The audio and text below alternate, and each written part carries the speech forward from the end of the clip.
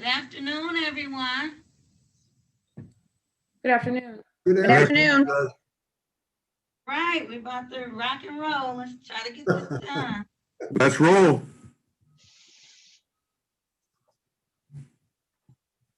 All right, attorneys, can you please check in your clients? Steve Sharg on Mr. Ward. Reports? Ward. Ward. Ward. All right, got it. Got it, thank you. Thank you. Good afternoon, Madam Clerk. This is Elizabeth Young checking in on Clarence Leggett. Thank you. Thank you. Vassal Johnson on Jaden Andre. Hold on 1 second. What we're gonna do is call out the defendant's name and find out the attorney's here, because otherwise people will be. So we got Elizabeth Young for Leggett. All right, so the next one is Joshua Ward. See if his attorney. Just go down the list. Oh, it's not? Okay, I'll do it. I'm just gonna call out based on my list so it won't be confusing. Is the attorney for Joshua Ward on the call? Attorney Thompson? Okay, not him. Ms. Young is on the call for Liggett, correct? Correct. Okay, is Mr. Poole here for Seaborn?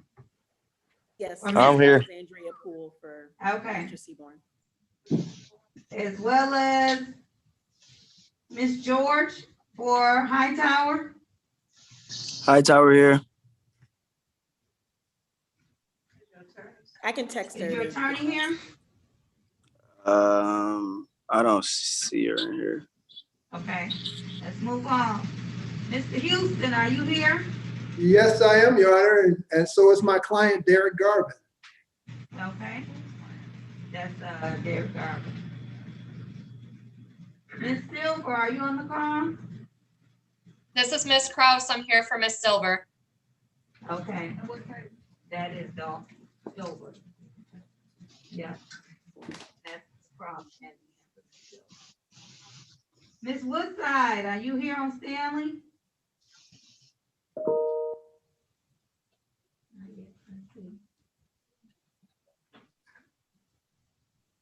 I don't think Ms. Woodside is here yet. Mr. Caesar, are you here on Charbonnet? Your Honor, Alex Giuliani is here on behalf of Ray Kassar for Christopher Charbonneau. Okay. We got that one, Christopher Charbonnet. Jennifer Mead, are you here on Robert Hayes? Yes, I am. Okay. David Steingold. I'm here. Elijah and Israel here, but I'm about to call my attorney or text him. Okay, that's fine. We got Shard on board. Mr. Parker. No Parker yet. Mr. Fink. Mr. Johnson. Ready, Your Honor. Yes, I'm here. okay. What case? That's on Andrew. And arraignment on the information, Lawrence Ellisau. Yes, good afternoon. I'm here for Al Kufi. Thank you. Thank you. And Brian Selborn here on Gonzalez. Present, Your Honor. All right, and Brian Gagnon for Gibbon. No. All right, let's start with the ones that we have. Let's do let's do the sentencing. We got Garvin.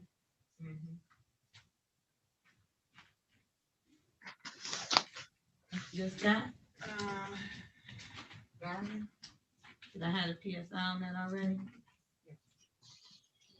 I did. Let's go. Yep.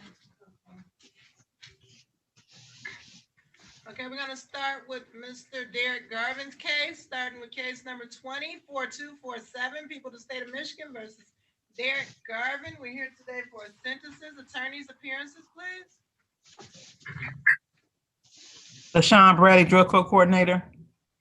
Good afternoon, Your Honor. Andrea McCray, appearing on behalf of the people, P number 83698. And good afternoon, Your Honor. Melvin Houston, P number 36280, appearing on behalf of Derek James Garvin, who is participating in today's session via Zoom. Mr. Garvin, would you introduce yourself to the judge? Good afternoon, Your Honor. My name's Derek Garvin. Good afternoon, Mr. Garvin. Mr. Garvin, you consent to be sentenced on Zoom today? Yes, Your Honor. All right, this is the date and time and place set for sentencing in this matter. There was a plea agreement in this case where the defendant pled guilty to controlled substance, use of narcotics, cocaine, or methadone. It looks like it is.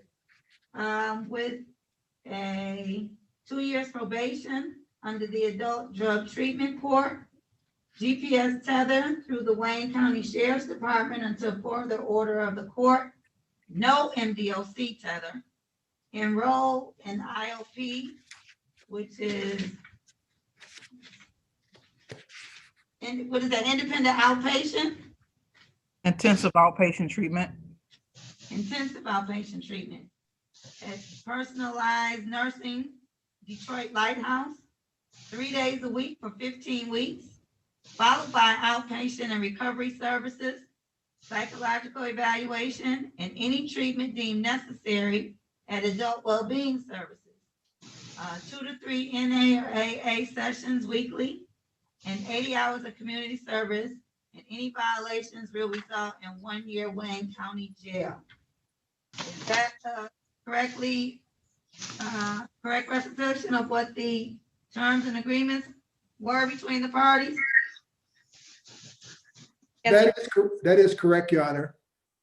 Have all the parties had an opportunity to review the pre-sentence investigation report? Yes. Yes, I have with my client in detail, Your Honor. Okay, There is are only there one. any- Go ahead. I'm sorry, Any Your Honor. corrections, deletions, or additions to the body of the report? I just think there's a matter that's addressed in the plea agreement itself that my client and I are a little unclear on, and it concerns the requirement of the tether. It was our understanding that the tether would only be used as a temporary device until he underwent more detailed drug treatment, and that the tether that would be placed on my client would be a tether that would monitor his use of drugs and alcohol, not a general tether to monitor his whereabouts, which makes no sense in this case. Okay, hold on 1 second. Do we have the file, the actual We file? don't have that file. I couldn't find that one. Okay, we don't have the file. I do not have a copy of the plea. Who's the prosecutor on the case, Ms. McCray? So the original prosecutor was Miss Stormy McGee, and I did contact her and she gave me a copy of the plea form. Do you want me to forward that to the court? Yes, please.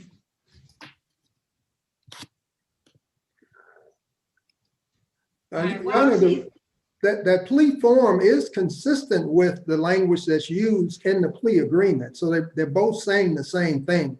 There's no question about that.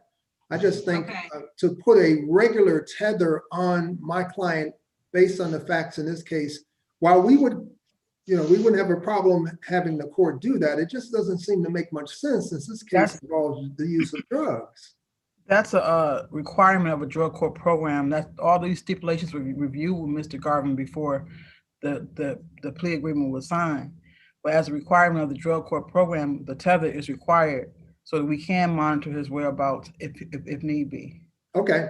If that's the whole purpose behind it, that's fine. It just seems that if it's not monitoring his use of drugs, it's not really making a whole lot of sense, but that's fine. I don't think my client has an objection either way. Okay. Madam Prosecutor, did you have an opportunity to review the body of the pre-sentence report? Yes, Judge. Are there any corrections, deletions, or additions? No, Your Honor.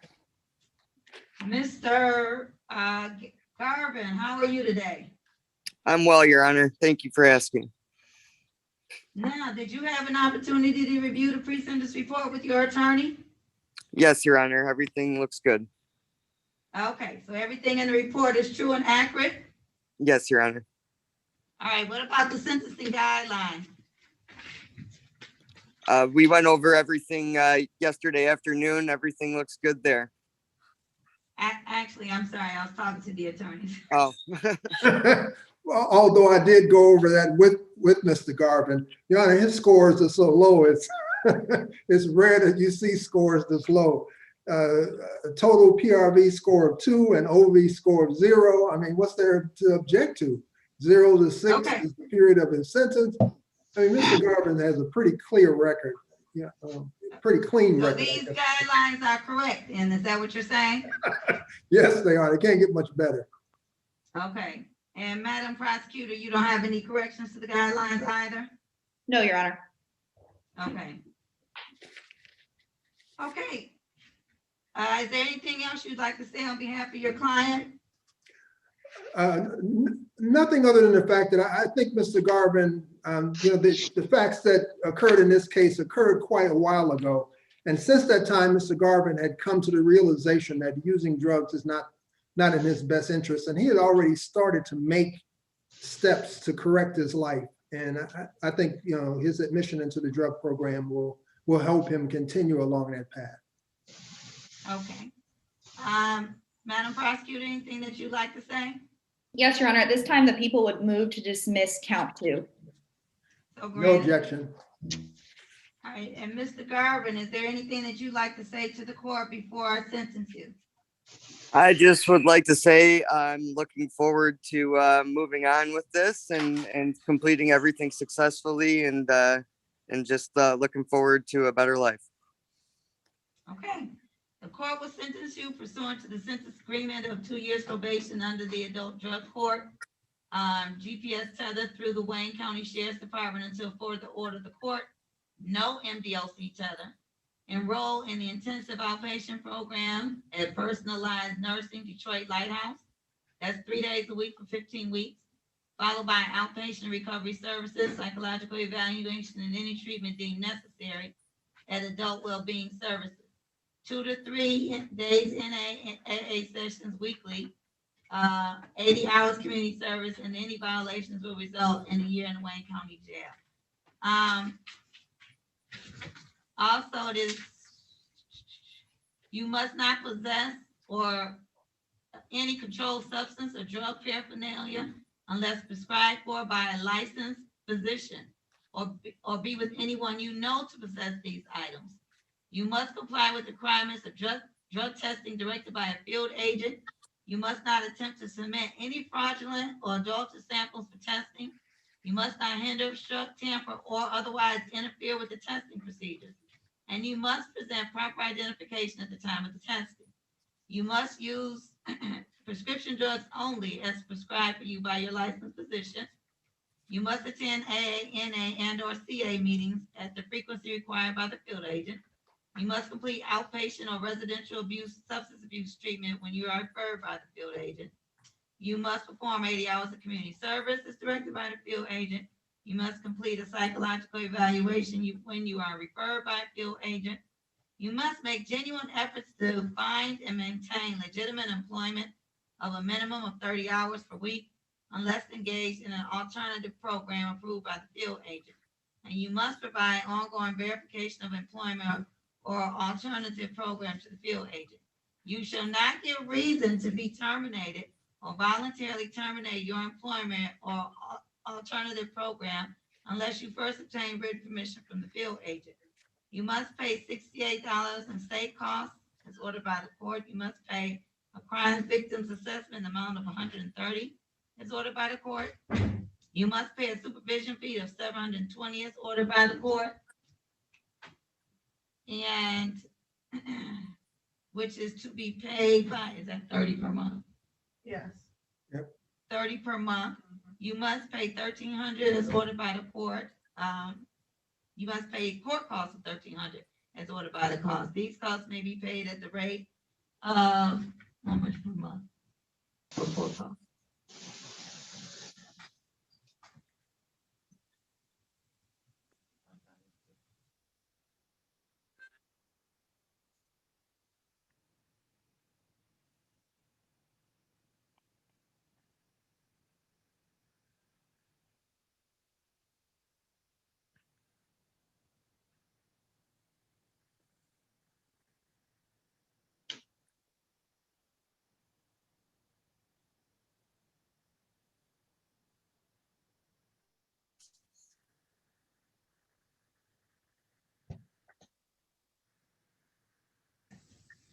Okay, I indicated that it's $30 per month for a supervision fee and $30 per month for the court cost, which is $1,300. And Mr. Houston, are you appointed? Yes, I am, Your Honor. Okay, you must pay attorney fees of $400 as ordered by the court. These fees may be paid at a rate of $20 per month.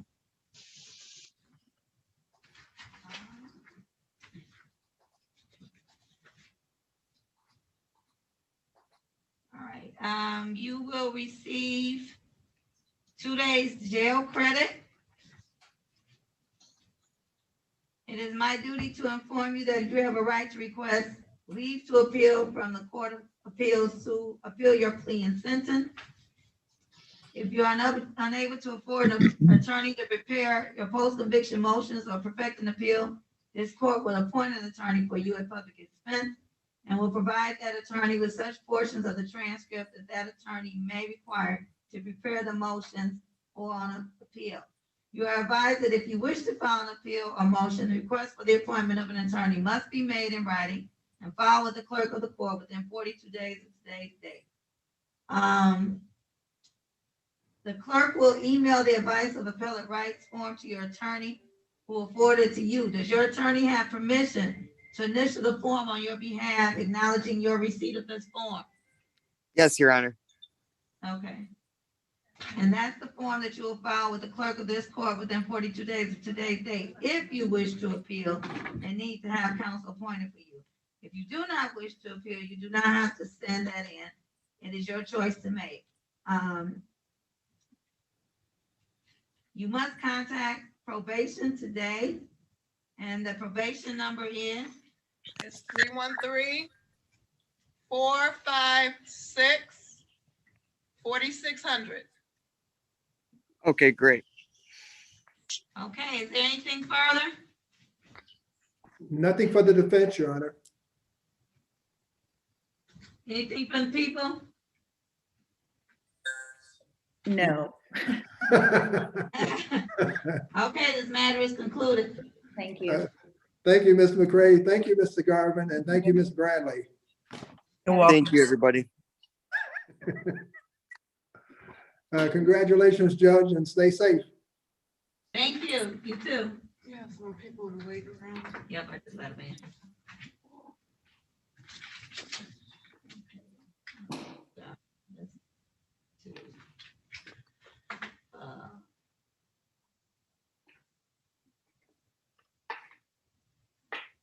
Let's go ahead and call the final conference on Mr. Christopher Chabot.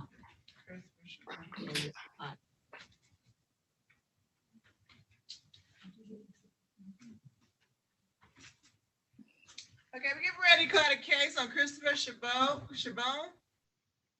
Case number 20-4862, people of the state of Michigan versus Christopher Charbonneau. We're here today on the final conference. Attorneys' appearances, please. Good afternoon, Your Honor. Erin Wilmoth, P82085, appearing on behalf of the people, and I will be the prosecutor handling this case moving forward. Good afternoon. And good afternoon, Your Honor. Alex Giuliani, P81837 from the law offices of Raymond Cassar, appearing on behalf of Christopher Charbonneau. And Mr. Charbonneau, are you on the call? Yes, I am. Good afternoon, Your Honor. Okay, please state your name again for the record. Christopher Michael Charbonneau. All right, just for the record, the court will indicate that Mr. Charbonneau's phone indicates native trails on it. Okay. I apologize for that. I did try to change that, Your Honor. Oh, no apology. I just want to make sure that is clear in case it ever becomes an issue in the future. First thing is, I don't think I have a signed information. Madam Prosecutor.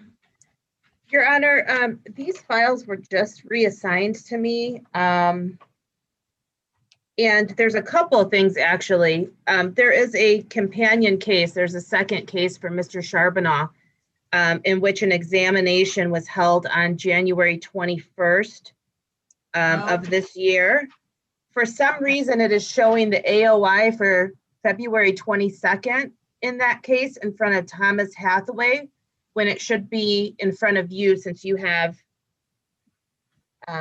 his previous case. Okay, So that's one thing. hold on one second. What's the case number on that case? Do you know? I do have it. It is 21 Mm-hmm. dash 000 262 dash 01 dash FC. It's before which Hathaway? We have quite a few. I'm sorry, it says Thomas Hathaway in Odyssey. Okay, so we're gonna have to get that file. And there will be an amended information that was submitted to our typists, and I will file it as soon as I have that back. And I can also file the amended information or the regular information on the case we're in front of you here for today. I also intend to file a motion to join these two cases. Okay, all right, so basically, what we need today is another date. Yes, Your Honor, that would be the people's position. Same as defense, Your Honor. Okay. All right, let me give this an opportunity to catch up, the other case to catch up and get the amendments done. So, what's 4 weeks from today?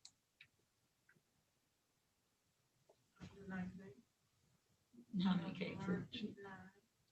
March 19th. How many cases? 9. Okay, March 19th. That should be enough time.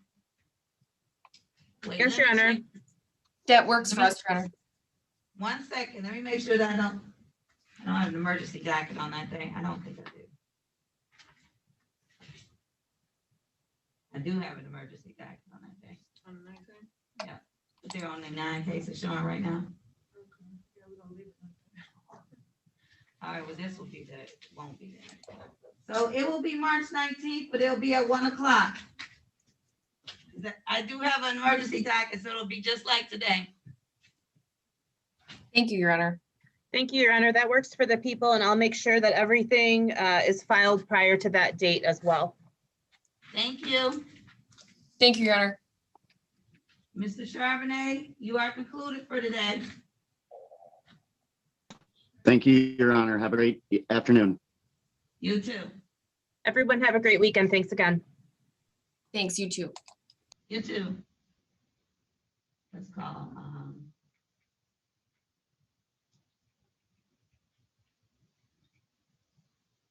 Basil Johnson's case, Andre. That's 3 of them.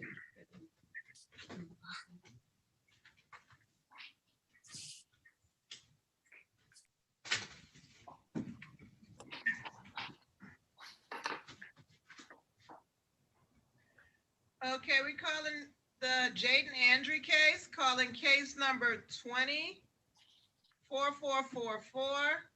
21-0451, and 21-0452.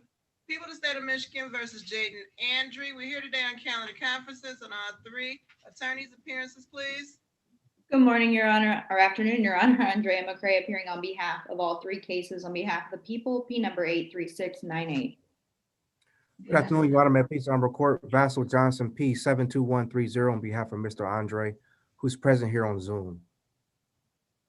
Okay, and Mr. Andre, where are you? I'm in my current residence. No, I just wanted to make sure your camera was on. Oh, I'm sorry. For the record, the court does see Mr. Andre. This is set for a calendar conference. Do we have any kind of offers on this? Your Honor, we do not at this time. So I think we may be able to work it out. I don't know. We'll see. I instructed brother counsel to submit back on February 10th to submit a letter to the gun board asking them to change the vehicle code, fleeing and eluding, to penal code so he could flee under HIDA. And so I think we're in the process of waiting for that to be submitted. Judge, just for the record, I was retained later as far as Your Honor's case. He has 4 cases, 3 are before the court. On his prior case the earlier case with you, Your Honor, the 2020 case, I believe it was set for a final conference.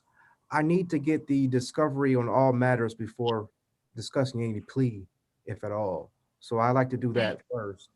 Now, you said on a 20 case final conference. Now, on the 3 that are before me today, one is a 20 case, but it still says calendar conference. Are you indicating that there is a 4th case that's not up today? Right, it's in Shalinsky. That date is in March, but it was final conference. Today was supposed to be the motion hearing for I believe a suppression, according to Odyssey. So the previous attorney hasn't sent over his file, so I have to track down all information as it relates to Mr. Andre's cases. So looks like Odyssey changed it to a calendar conference, but the other 2 are for a calendar conference as well. The 221 cases.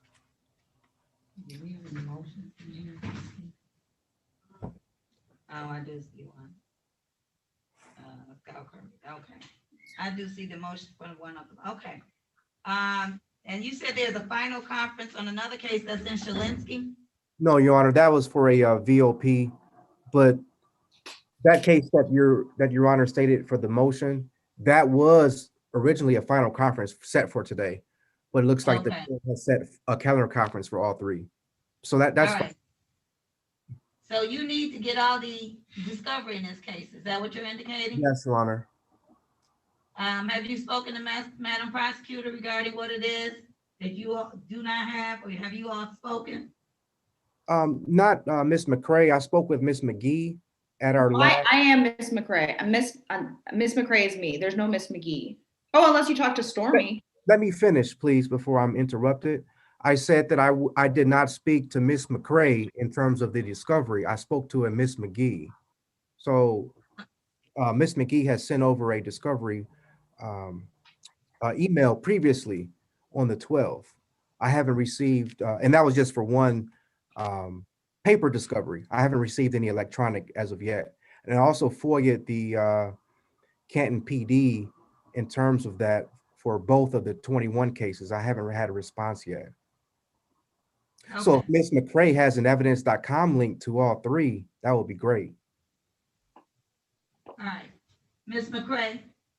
Yeah, Judge. So in the email exchange we had, discovery just wasn't brought up, but I'm happy to look on evidence.com, and whatever is, on evidence.com, I'm happy to share with brother counsel. Okay. All right. Well, we're gonna have to set this let's put it on track though.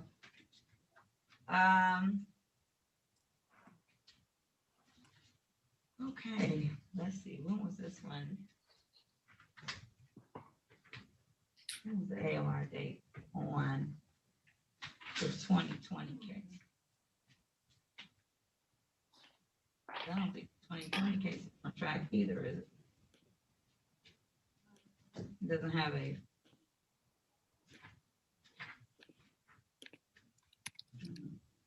All right, I know what I'm doing. I'm gonna just go by the 2021 cases.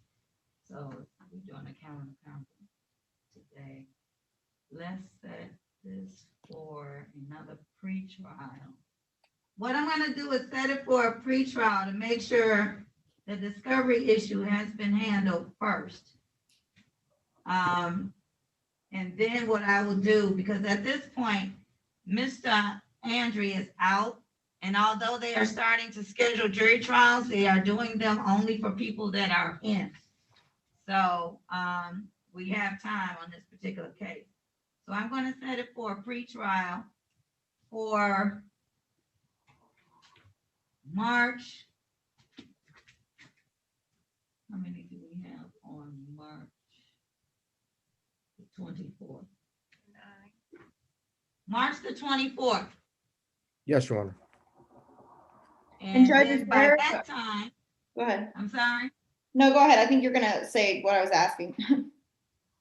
And then by that time, all discovery issues should be handled.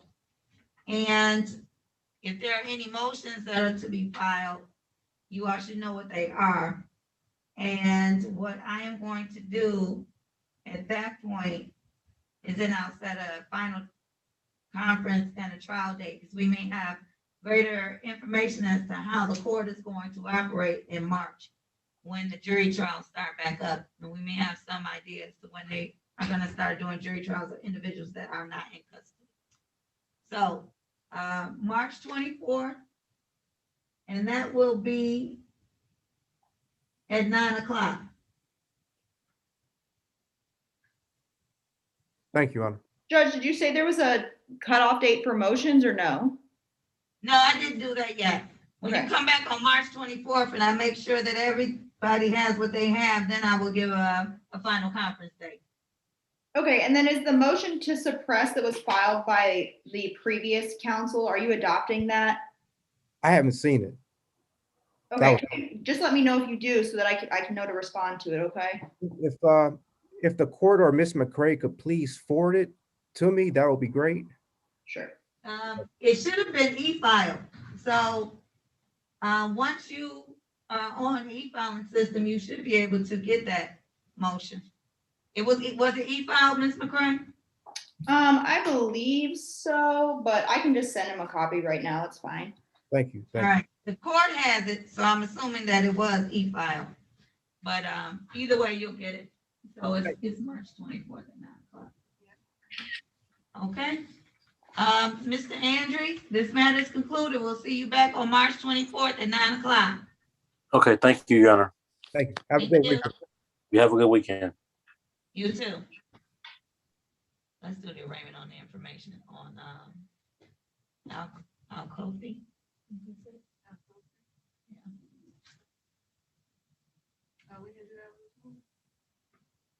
Oh, did we?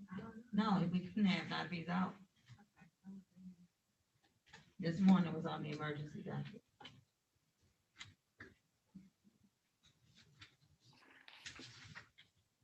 Oh, where's the information? How am I gonna do it? I need the information.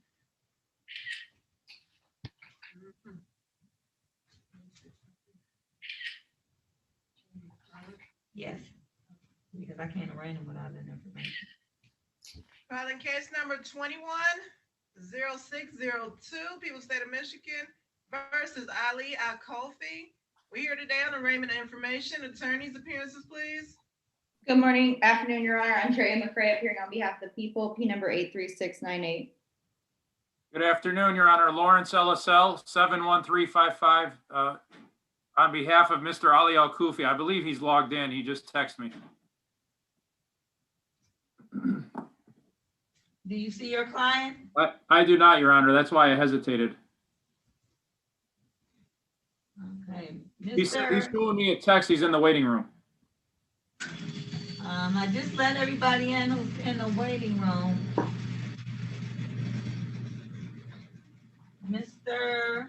Well, while we're waiting, Madam Prosecutor, I do not have an information. I can't arraign them.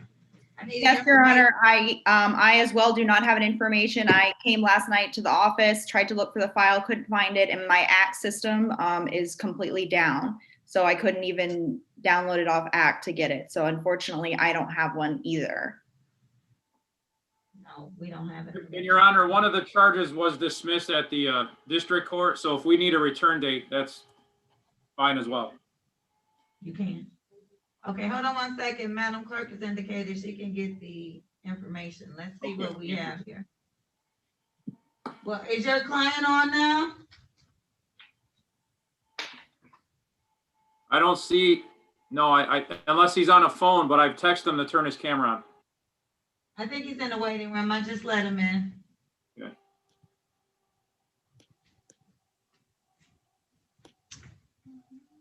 There he is. Mr. Al Kofi? Mr. Al Kofi?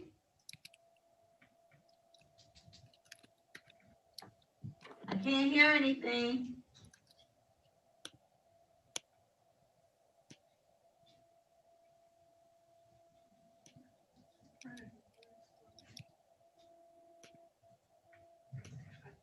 I can't. Mr. Al Kofi, you're gonna have to unmute yourself.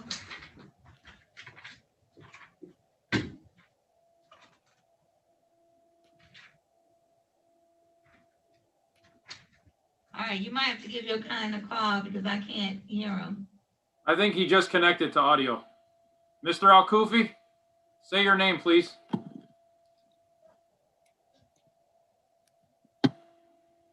You have to unmute. Ali Al-Kufi, how you doing, Your Honor? I'm well. How are you? I'm doing good. All right, hold on one second. We're trying to get the information so we can arraign you. Okay, I know.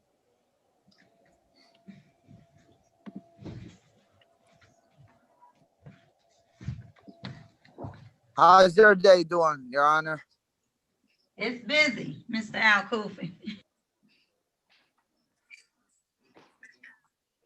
I see that. I see that.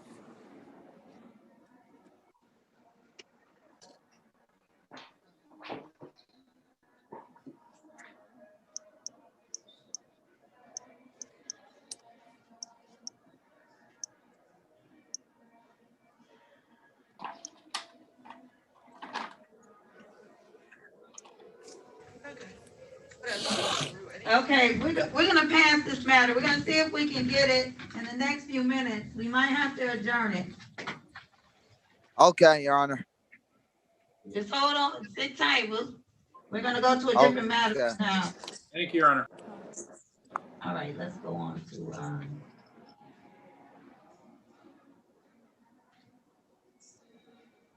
Liggett.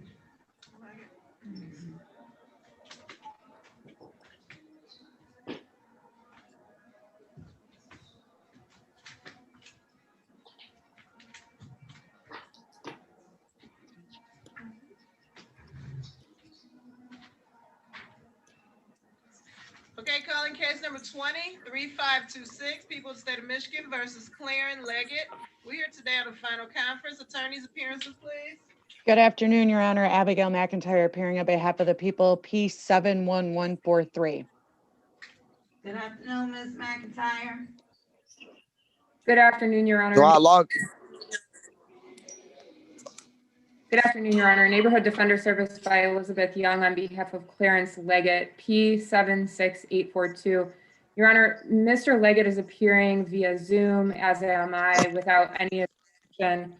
Mr. Leggett, can you state your name for the record, please?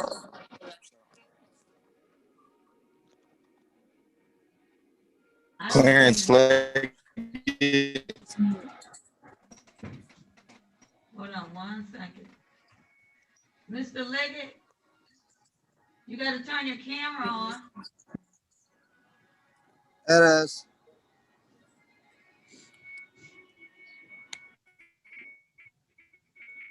I need you to come into the picture, Mr. Leggett.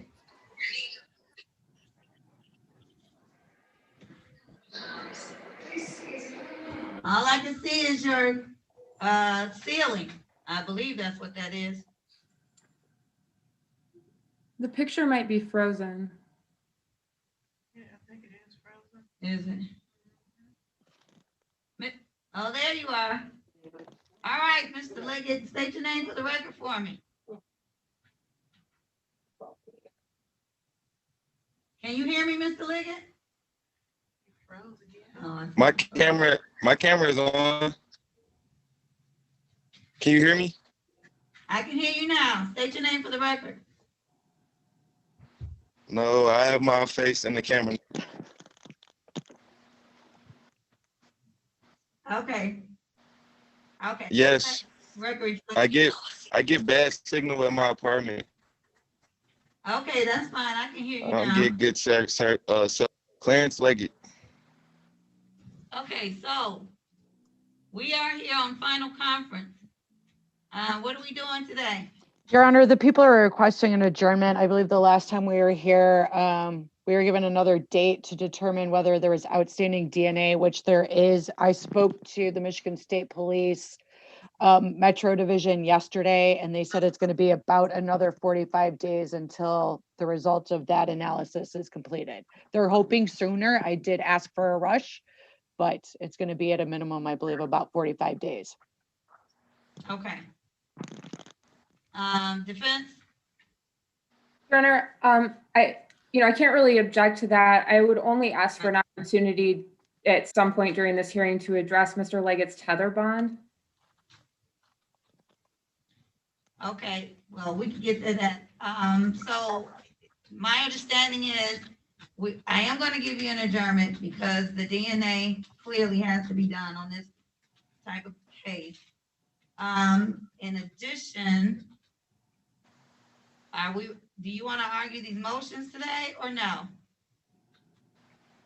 I believe we argued the motions the last time we were here. We did. Did Judge Hathaway rule? He did. Okay, so he denied the defense's motion, correct? That is correct. All right, I just wanted to be sure. I thought he had given Ms. Young an opportunity to do something else, but I was not sure. I had asked for an opportunity to be heard ex parte, and he denied that. Oh, yes, I remember that. Yes, that cannot happen. Okay. That being the case, let's get a new date. At least 45 days. So let's give them 2 months. Yeah.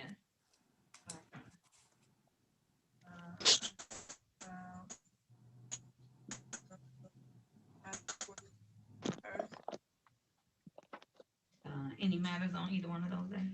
One on the 14th, 0 on the 21st. Okay, let's give them April 14th. All right, we'll be back on April 14th. Your Honor, I'm sorry. I'm going to be at a conference on the 14th. Okay, what about the 21st? That's fine for the people. Yep, as long as it's in the morning, that's a good day for me. Well, this is what I'll tell you about that. I am going to set it for the morning, but I don't know what the emergency docket days will be. And we don't make those. It's done by court administration. So if they set an emergency docket hearing for me, they move my cases to the afternoon. So at this point, I'm going to tell you it's April 21st at 9, but it could get moved to 1 o'clock. Just so you're aware. Okay, thank you, Judge. Okay. So April 21st at 9. And go ahead, Ms. Young. Your Honor, Mr. Leggett has had a tether since the inception of the case. It's going on a year now. His probable cause conference was back in April. He, to my knowledge, has had no violations. He has been working full time. He lives independently, pays for the apartment that he lives in.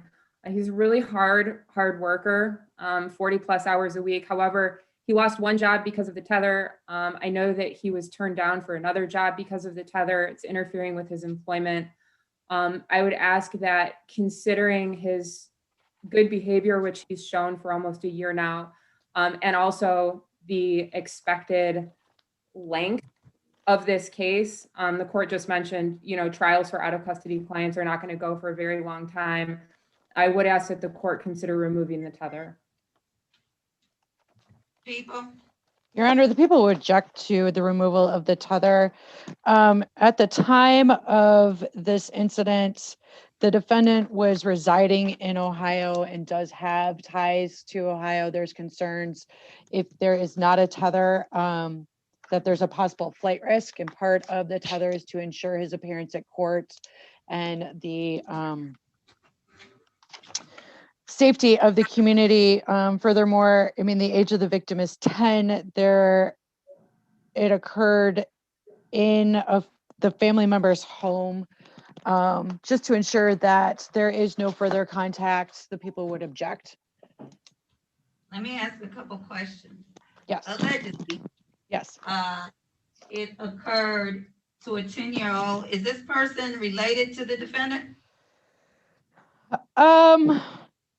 It's no, not by like the definition under the 4th degree under the law. No. Okay. But the victim was in a relative's home where Mr. Leggett was. No. And he was staying there. Okay. No. Mr. Leggett, hold on. He won't be returning to that home, Judge. there's been no attempt or anything like that. And he's not related to the complaining witness in any sense. Had no prior contact with her before this case. Okay, and what you, Miss McIntyre, you indicated that he was staying in Ohio at one time. When was that? It was while this incident happened. His residence is listed as Ohio. I know he has ties to Ohio. And Your Honor, I would say now that his residence is in Detroit, he's got an apartment. I've seen it, I've been there. He's got a lease agreement, and he has full-time employment in Detroit. Where does Mr. Liggett work, Ms. Young? He works at McDonald's right now. He had been working at Applebee's, but that was the job that let him go when they saw the tether. Does Mr. Liggett have any children in the state of Michigan? He does not. He does have family in the state of Michigan. However, his dad lives in the Detroit area. Okay.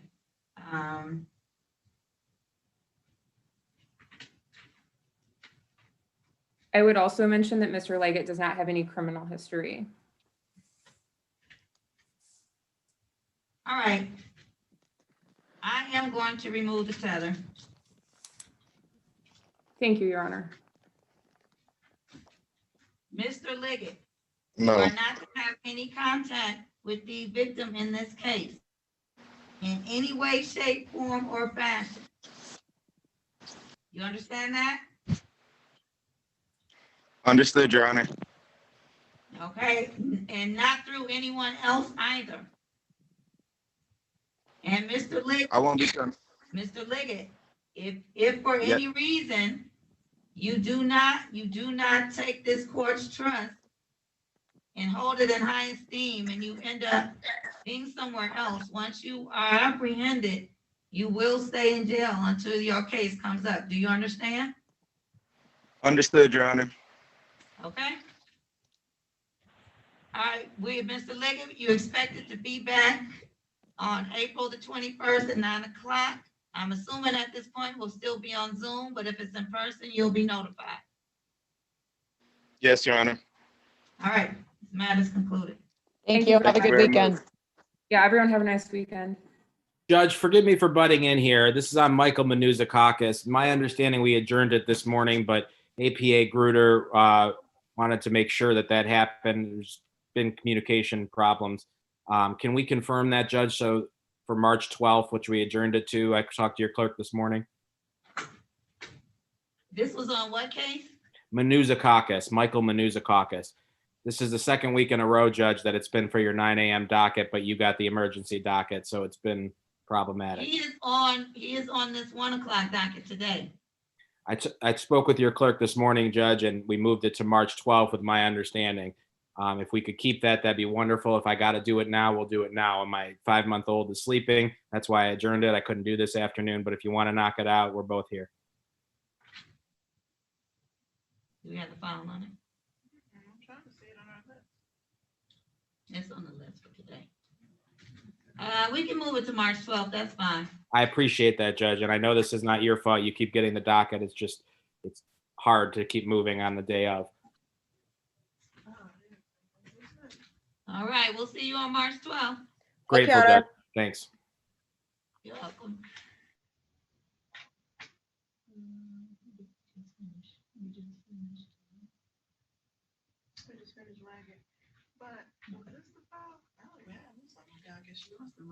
It was on this afternoon's docket. It's on mine. All right.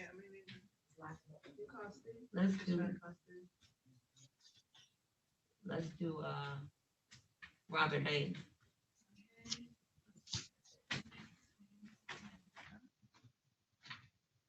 Okay, so we're gonna have to adjourn Ali Kofi. We don't have an information.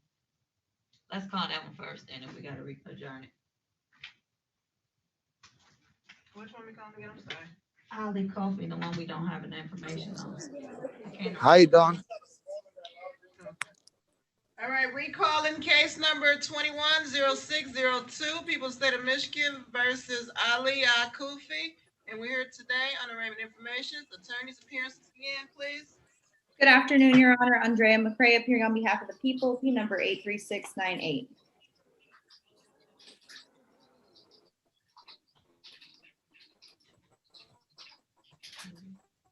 Mr. Alisal?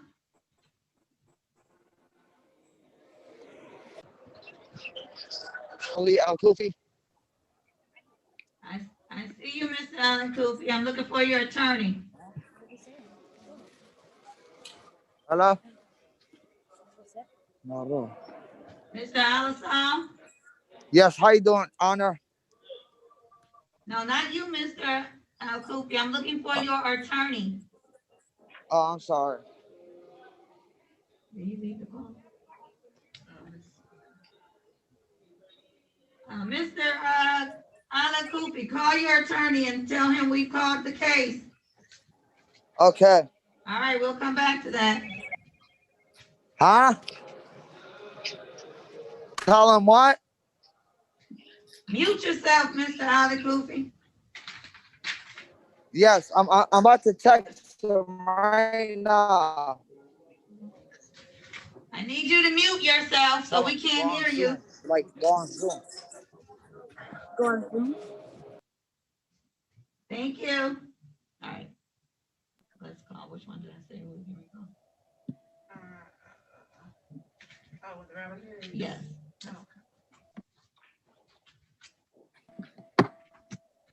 Judge, I think he just got on.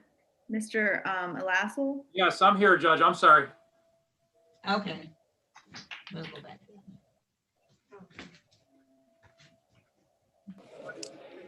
Okay. All right. Recalling the case of People versus Ali Al-Kufi. That's my Case number Lord. 21-00602. Yes, yeah.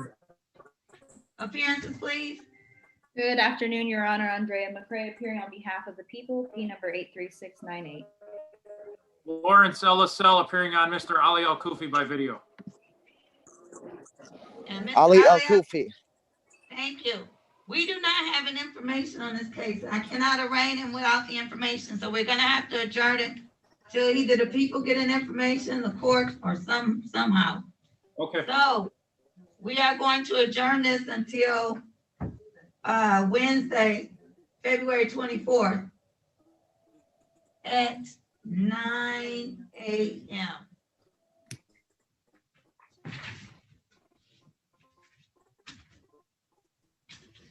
Everybody have that? Yes, Your Honor. Yes, Your Honor. Thank you. Thank you.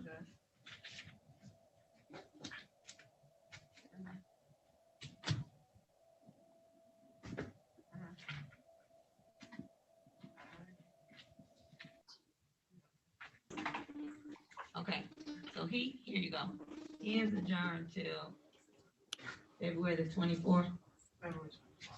Yeah, at 9. We have to get him a rain. I know there's other things on there. Your Honor. Make sure it's in the system, because we had quite a few the other day that weren't adjourned that were supposed to be. Okay, stowed up on the, yes, did someone call me?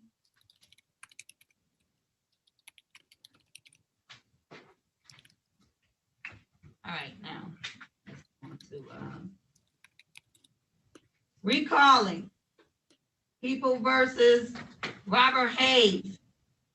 Case number 09-00452702FH. Appearances, please.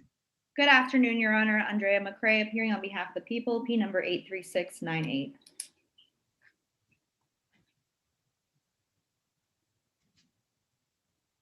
Defense? Ms. Mead, you're muted. There we go. I apologize. Good afternoon, Your Honor. Jennifer Mead appearing on behalf of Robert Hayes, who is appearing via Zoom. And Mr. Hayes, state your name for the record. Robert Hayes. All right, good afternoon, Mr. Hayes. What are we doing on this case? This is what's going on with this case?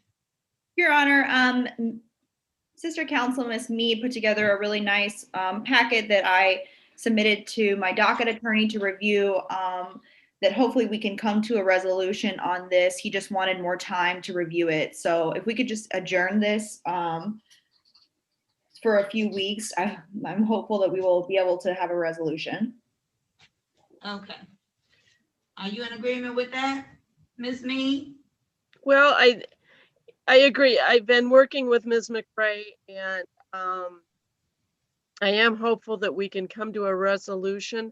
I would just note that my client is on a tether, and the cost of the tether is prohibitive for him at this point. So if there is an adjournment, I would just ask that it be a short adjournment. Yeah. Okay. How long do you need, Madam Prosecutor? I dropped the file off on his desk yesterday with a note that said I needed to know as soon as possible. So, I mean, we can probably come back next Wednesday. And I'll just tell him I need to have a decision before next Wednesday. I don't know. How many matters do we have next Wednesday? Next Wednesday, we have 21.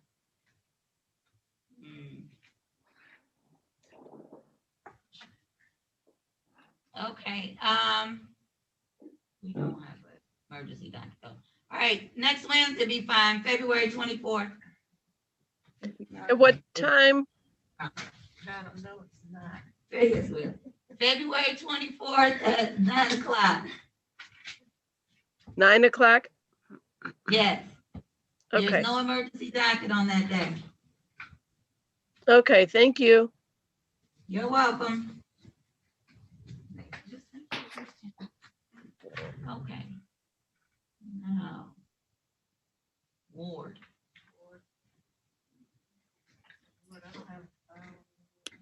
You do not have a file?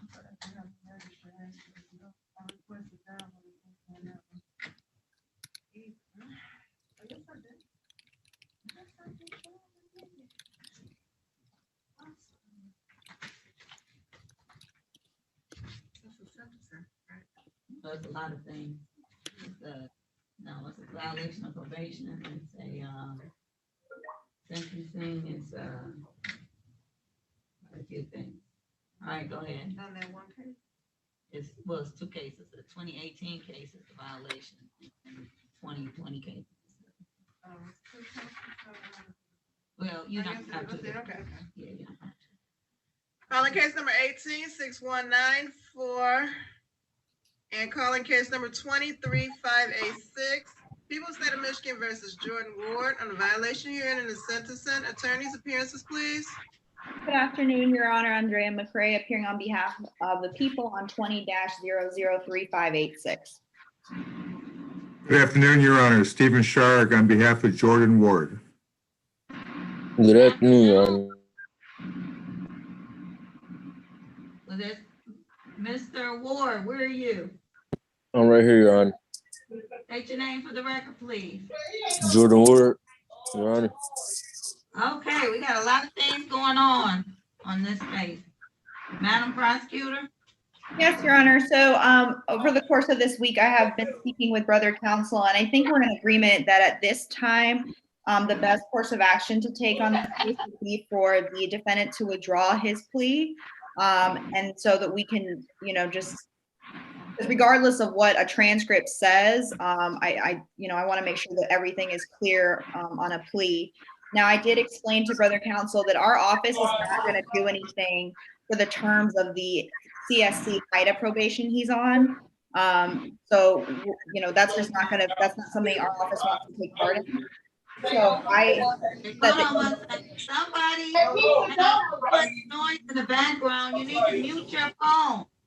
Mute your phone if you are not speaking, please. Okay, go ahead, Ms. McCray. Yeah, you said that you would like to withdraw his plea. Yeah, I believe that's where we're at, Your Honor. Mr. Shark, are you planning on filing a motion to withdraw the plea? Judge, I really like to have some more time to discuss this with the court, our position. I don't know if you have the time at this point with your schedule the way it is. We could schedule another pretrial date and then proceed after we have a meeting with the court. Okay.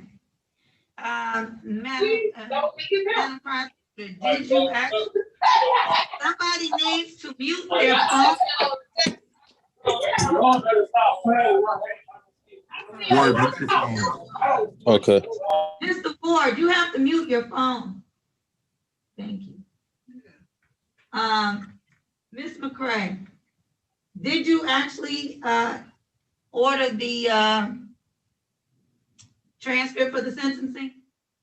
No, Your Honor, I made various attempts to contact different court reporters. Ended up not finding it. And we discussed with Ms. Kennedy whether or not I should make the request from my office. And the last of that email chain was that I had said, I'm fine with doing that. It's just the last time I did that, I didn't get the transcript for at least 3 months on an expedited one. And so I think she said something about you might have an order. She was going to prepare an order for you to sign. And that's where we left it. Okay, yes, I can't sign an order. It needs to go to Joycelyn Benson and appeal. Okay. Or transcripts. That's how they have to be ordered. Okay. And after that, it has to be signed off by your supervisor. Right, yeah. So there's the form. Because actually, I would like to see the transcript as well. Okay, all right, well then that's fine. So then I'll just, I'll do that on Monday, right when I get in. All right, and if Ms. Benson, if she thinks there's gonna be an issue, or either way, I can still sign an order to make sure it gets expedited, but I do want to see it. Okay, understood. All right, so we just need another day then, is that correct? Yes, Your Honor. All right.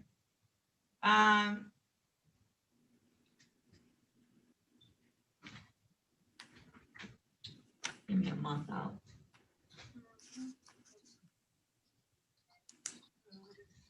March 19th. I have 9 on there. Is that your emergency? I do have emergency docket on that day.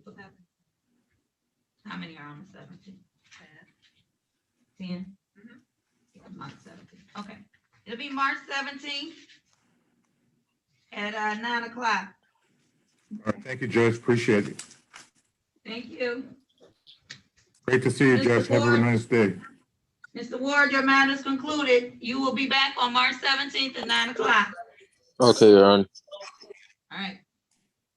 Thank you, Judge. Okay. Have a great Have a nice weekend, man.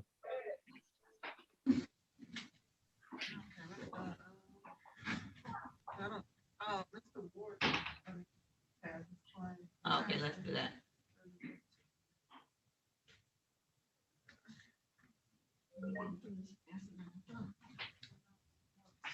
This one I don't have a file. I can find this one. This is a probation violation.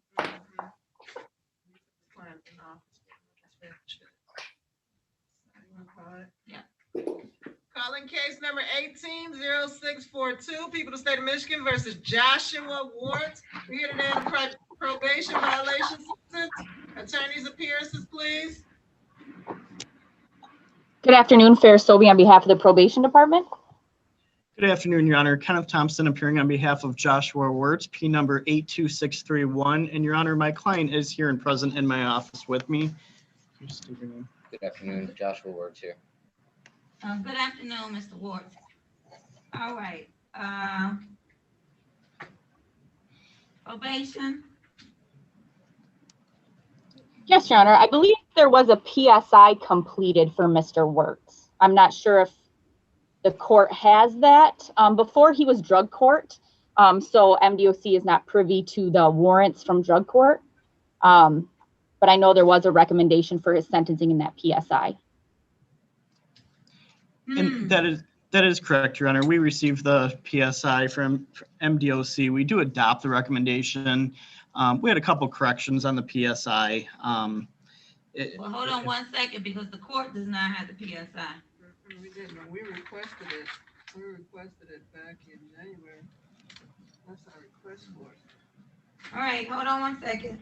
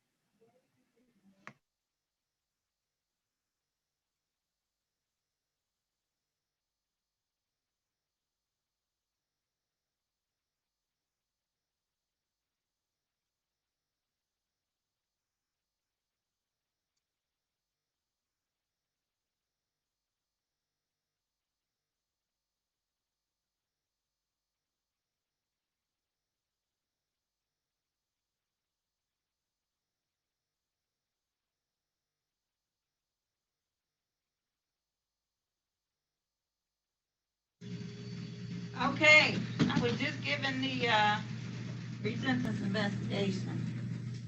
So.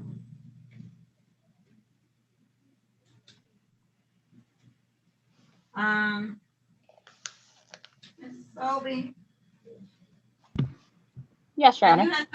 Have you seen the PSI? Yes, I did briefly look it over to see what the recommendation would be for his violation sentencing. Okay. All right, defense counsel, you started off by indicating that you haven't had an opportunity to review it. Are there any corrections, deletions, or additions to the body of the report? Yes, couple corrections, Your Honor. First, my client has been gainfully employed since sentencing on this matter in 2018. The warrant was issued on 1/13/19, not 2020 or 2021. One second. When you're pointing out any corrections or deletions, you have to indicate to the court what page you're referring to. But prior to that, I need to make sure that your client consents to a sentencing over Zoom. Mr. Warts? I'm sorry, Your Honor. Mr. Warts, do you consent to sentencing over Zoom? Yes, Your Honor. Okay. All right. And so, no plea. Okay, I'm just looking over it real quick because I just got it. This is a sentencing aspect to a probation violation. Okay. That's correct, Your Honor. All right. Now, Mr. Thompson, tell me what page we're looking at.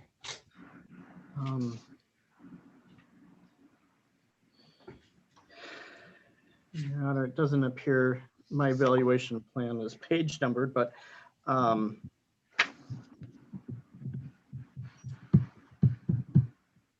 what's the title? I'm looking at the evaluation and plan, Your Honor. Okay. I'm looking at the evaluation and plan.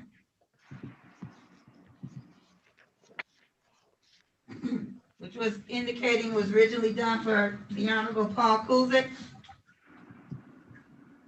That's correct, Your Honor.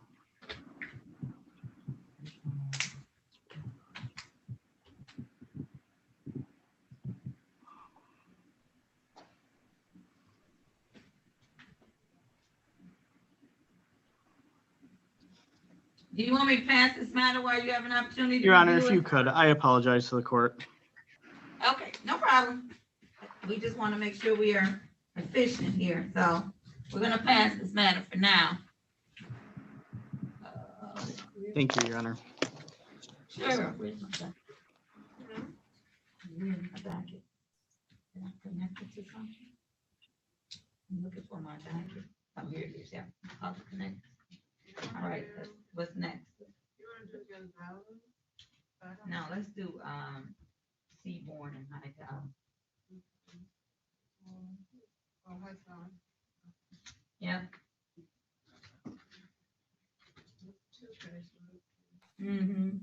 Two defendants. Okay, calling case number 20-3248, defendant 1, and also 20-3248, defendant 2, Levante Seaborn and Davion Howard, people of the state of Michigan versus Davion Hightower and Levante Seaborn. And we're here today on the final conferences on both. Attorneys' appearances, please. Good afternoon, Your Honor. Andrea McCray appearing on behalf of the people, P number 83698.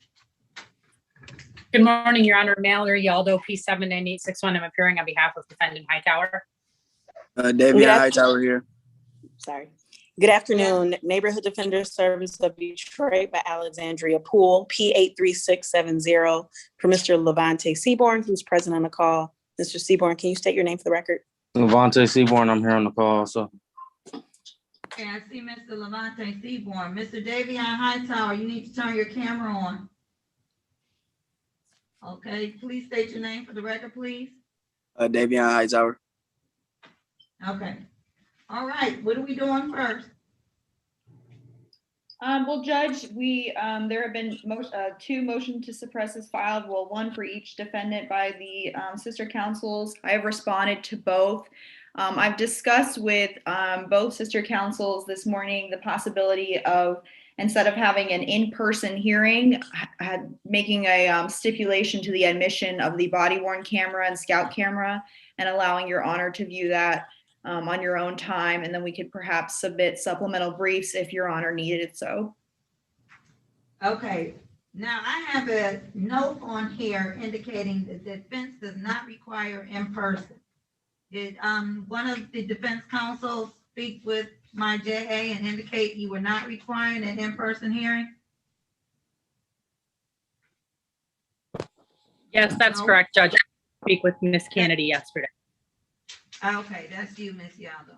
All right. Okay, well, now, and I don't have a request for a hearing on the Seaborn. I just have the motion to suppress the evidence. That is correct. I had not spoken. I know that I sent the motion back in January.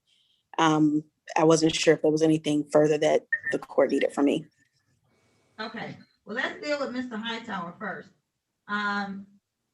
With respect to not needing an in-person hearing, but you do want a hearing, which the court would grant.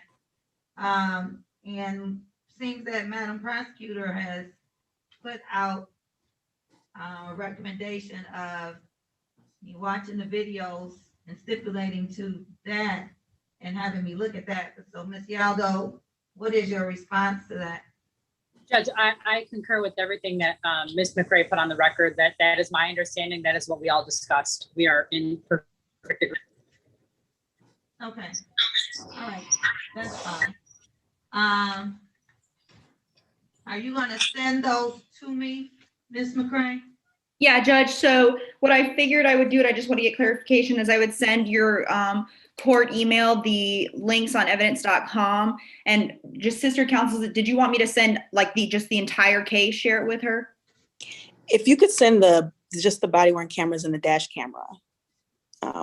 Okay. There might be, that's the only thing I believe relevant. Okay, so there's 4 different body worn cameras and there's 2 scouts. You want me to send all 6 of those? Yes, that's fine. Okay, so then what I'll do, Judge, is I'll send that. I can do it right now, actually. And then I can print the export log and show so everyone can see that, what has been shared with your honor. Okay, now, as to Mr. Seaborn, because I hear Ms. Poole is speaking, but there was no request for a hearing as to Mr. Seaborn. And so the question becomes, did you want the court to wait and review it, or do you want the court to rule? Because I have read the motion and I am prepared to rule. But it's up to you. Your Honor, we would ask that you review because it was my understanding, and I know there's been a little bit of confusion since the last court date, and I am speaking on behalf of Mr. Seaborn, in regards to when oral arguments were going to be heard, as well as when video would be watched, and any additional camera footage. And up until yesterday, there was a conversation, I know, between other counsel with your JA, I do believe, about in person. So up until yesterday, I thought that there would be an evidentiary hearing. And so. Okay, that's fine. I mean, it's all out of the same transaction and occurrence. So I mean, if I'm watching it, I'm going to see what's happening with both defendants anyway, correct? Correct. All right, so when will I be able to get that, Ms. McRae? I'm doing it right now, Judge. If you just give me, a minute, maybe. That's fine. I just wanted to make sure, then that way I know when I can pick another date. All right, so I need another date. 3 weeks. Well, but you not put nothing on. No. The week after that. Okay, I just shared it, Judge. Okay, is the 17th good? Okay, we'll be back on March the 17th at 9 o'clock. If I could just double check that date, Your Honor. March 17th works. Thank you, Judge. Are there any plea offers on this? Yes, Your Honor, I have conveyed the plea offers to both sister counsels. I just believe they're waiting on the answer from the motion first. Okay, did you ever state those plea offers on the record? I don't believe I've stated them on the record, but I'll put them on the record right now, Your Honor. So for defendant 1, Davion Hightower, the offer would be to plead to attempt carrying concealed weapons. He's 19 years old and HIDA eligible. And then for defendant number 2, Levante Seaborn, it would be to plead guilty to attempt count 2 and 3. He would need to submit a gun board letter to get, to get our consent for HIDA as he's 21. Okay. All right, both counsel have heard those offers? Yes, Your Honor. Were you aware of those offers prior to today? Yes, Yes, Ms. Your Honor. McCray did disclose those offers to us previously. Okay, and Ms. Yaldo, did you speak with your client about those? Not yet, Judge. Okay. Ms. Poole, did you speak with your client about the offer? Yes, but he does understand that we would have to submit a gun board letter. And it's my understanding that they won't review them if we have a motion up. All right, so we will hear the motion on March the 17th at 9. Please make sure your gun board letter is submitted before then so that there can be a decision. So once the court rules on the motions, hopefully we can dispose of these cases, depending on which way the court rules, and we should still be able to dispose of these cases, hopefully, because everybody will know what the offers are. The gun board letters will be in, and either we will be accepting the plea or we will not. Okay? Understood, Your Honor. Thank you. Okay. Thank you, All right. Judge. Want to do Israel or Dover next? They are both final counts. Let me see. Elijah, Stein, Yeah, let's do Dover. Wait, Dover is co-defendant. All the counsel here on Dover.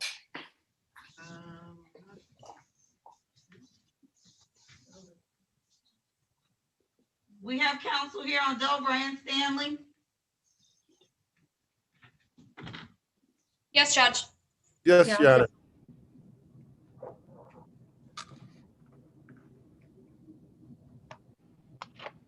Yeah.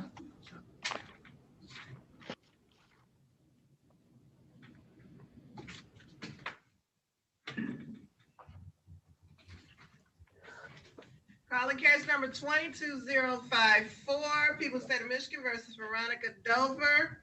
And also call in 22054, Defendant 2, People State of Michigan versus Stanley Felicia. We're here today on final conferences on both. Attorneys' appearances, please. Good morning, Your Honor, or afternoon, I'm sorry. Victoria Shackelford appearing on behalf of the people, 68574. Good morning, Ms. Shackelford. Morning. I'm sorry, Good afternoon. Good afternoon, Your Honor. Sarah Kraus, P81830. I'm standing in for the attorney of record, Gabi Silver, for Miss Dover, who is appearing by Zoom under the name of Brian Hill. Miss Dover, can you state your name for the record, please? Veronica M. Dover. Congratulations, Your Honor. Good afternoon. Thank you. Good Okay, afternoon. so the court does see Miss Dover, who is under the name of Brian Hill on the call. Good afternoon, Your Honor. Bryce Blake appearing on behalf of Felicia Stanley, P37259. Okay. Good afternoon, Mr. Wright. Thank And you, Judge. where's your client? Good afternoon, Miss Baker, Felicia Stanley. All right, good afternoon, Miss Stanley. How are you? I'm blessed. Good. Okay. What are we doing on this? Judge, I just recently retained in. I had a chance to briefly talk to Ms. Shackelford the other day, and she would like for me to submit some medical records and a letter. So I would ask for a brief adjournment, Your Honor. Okay.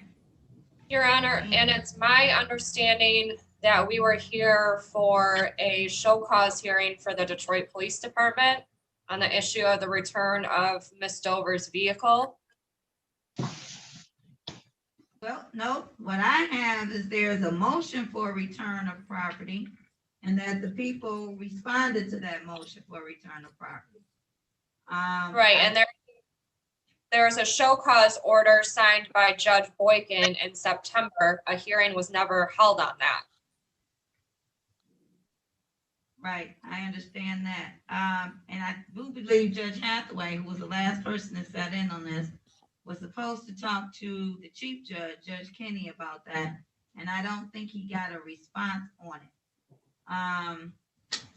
But at this point, I can deal with, I can find out if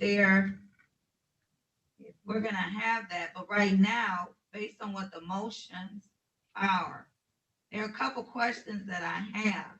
Because there is a lot of property listed by the defense. And the people have only indicated that as far as the car, phone, and the purse, those things are needed, are evidence in a case that has not been adjudicated. Is that correct? Yes, Your Honor, was the people's position in the motion response that I filed.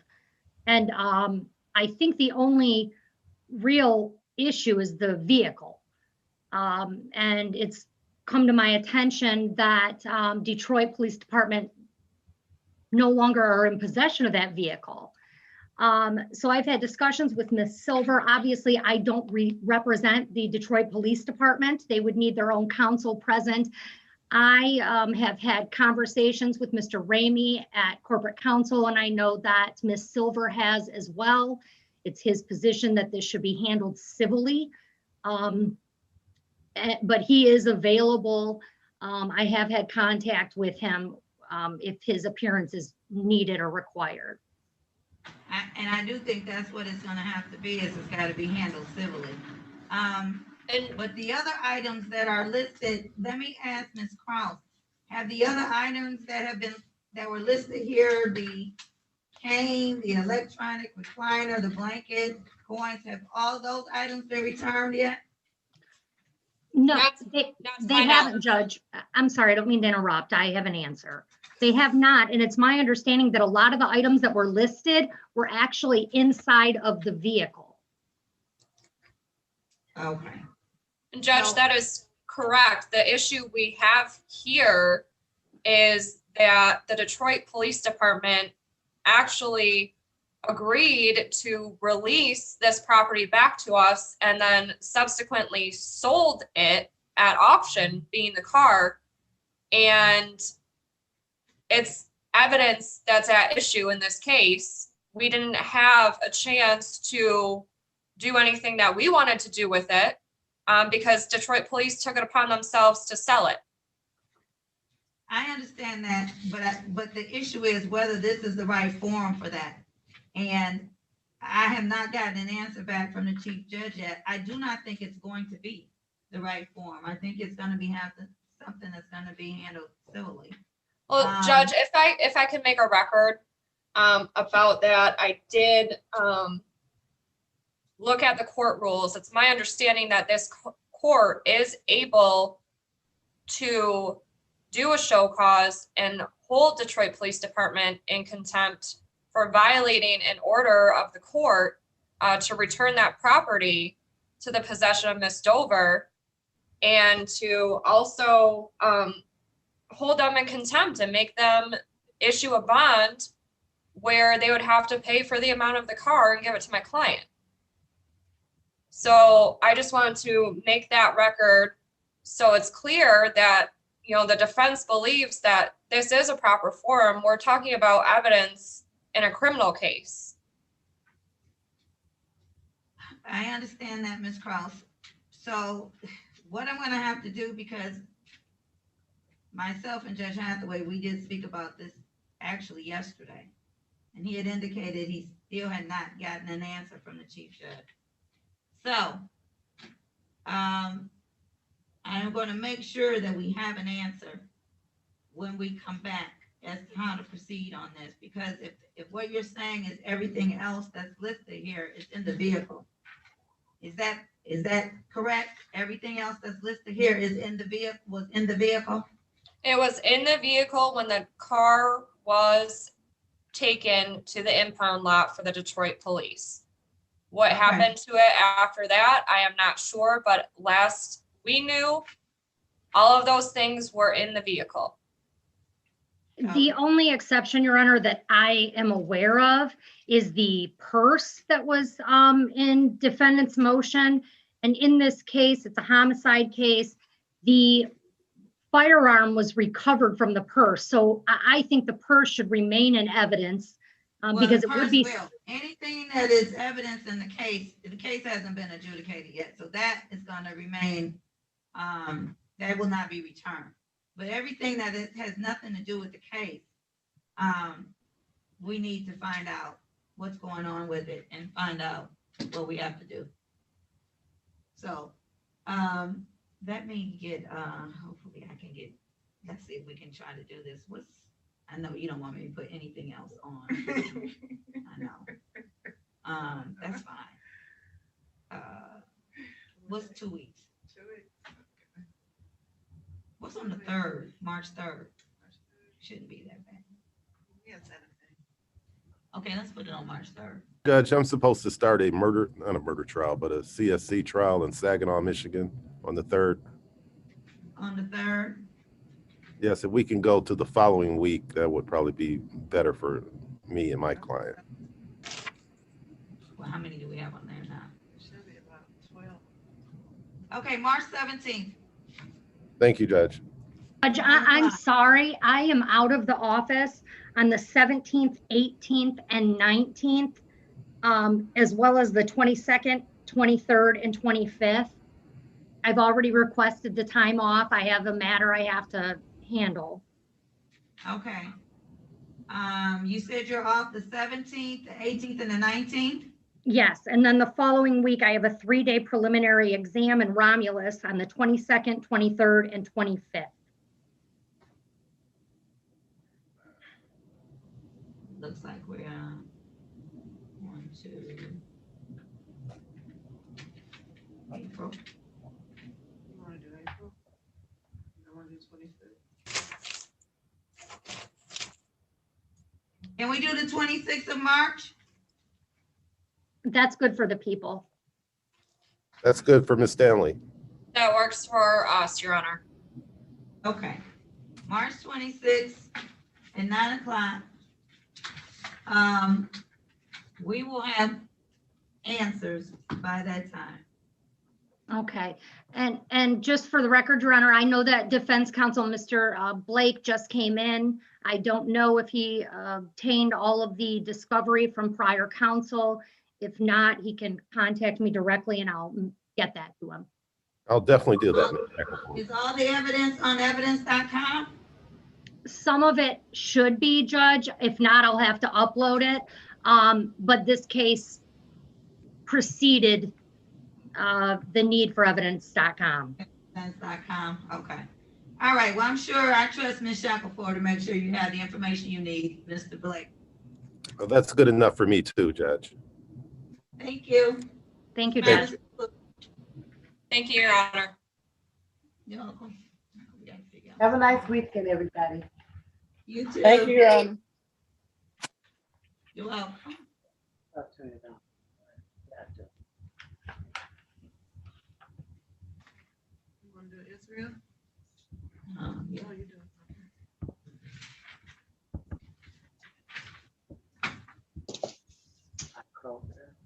Judge, if I may, Prosecutor McCray, I have to step away for about 20 minutes, but I was under the impression that my docket attorney, Mr. Bradley Cobb, was going to come in and stand in, and I called and texted with him. I'm not sure, he's not responding at the moment, but he told me he would be on to cover this 20-minute period.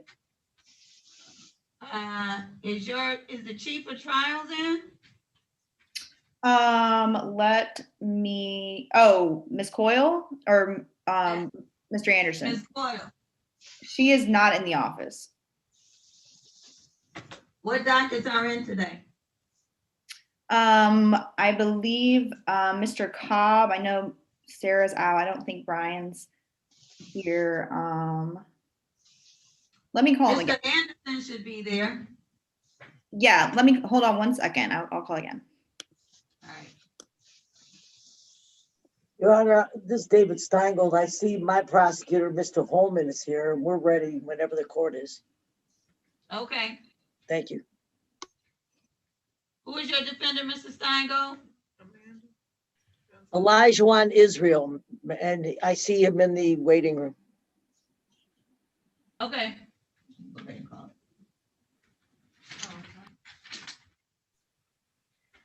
Calling case number 19-0371, people of the state of Michigan versus Elijah Israel. And we're here today on the final conference. Attorneys' appearances, please. Good afternoon, Your Honor. Joshua Holman on behalf of people, P number 71971. Good afternoon, Your Honor. David Steingold, P29752, on behalf of Elijah Israel. Mr. Israel, please identify yourself. Elijah Israel. Your Honor, Good afternoon, Mr. Israel. This is a 2019 case. What is going on with this case? Your Honor, it's kind of a long story, but the case was segregated. My client was prosecuted in federal court as a result of the arrest in the case, and the Wayne County Prosecutor's Office waited until that case was over before they started processing the state case. We've been trying to resolve this. I've been in contact with the gun board. We've had to adjourn a couple of times because of the delay in the gun board being able to review this. And the bottom line is we were not able to resolve it. I have some motions to make. I'm a substitute counsel. There's some important discovery that I do not yet have that I believe Mr. Holman is going to provide me with, to include body and dash cam videos and lab reports, ballistic reports, if any. And I am likely going to file motions, at least one motion. And what I'm asking this court, if it would consider giving us perhaps 2 weeks so that I can obtain the discovery, file whatever motions are expedient, and we can get this on the trial track. Okay. This case has had a final conference in January 29th.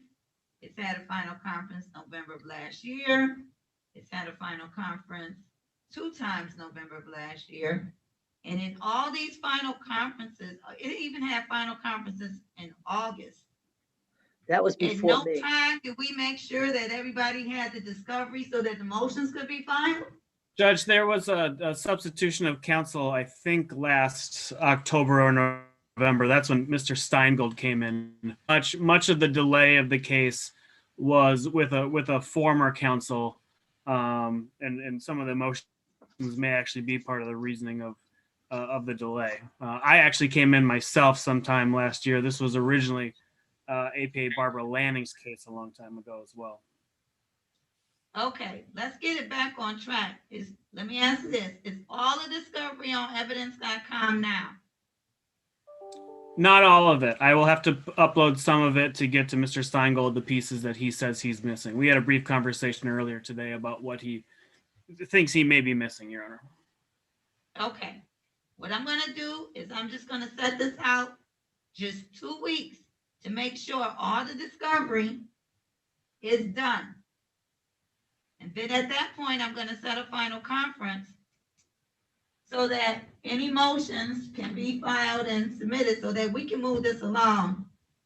Because this is an old case and we need to get it off the docket. So, what's 2 weeks, just so we can make sure that March 5th? I can't, well, no, I cannot do the 5th, Your Honor, if there's another day around that you can do. What's the next?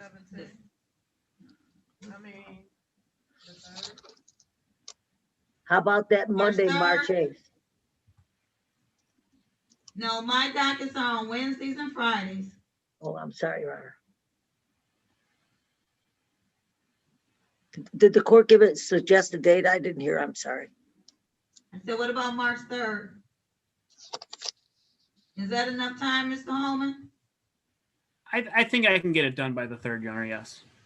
Okay. And I think I have an emergency docket on that day, so it's gonna have to be at 1 o'clock. Okay, so we're gonna be here for a pretrial on March 3rd at 1 o'clock. I have an emergency docket, which is in the morning, so this will be at 1. All right. Make sure all discovery has been turned over.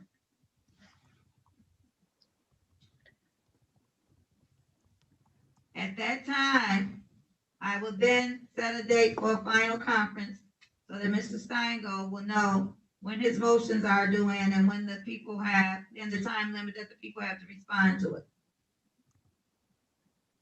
Thank you, Your Honor. Okay.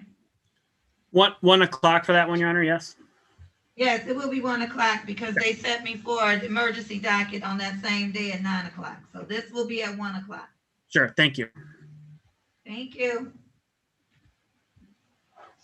Thank you very much, Your Honor. You have a good day. You too. This matter is concluded.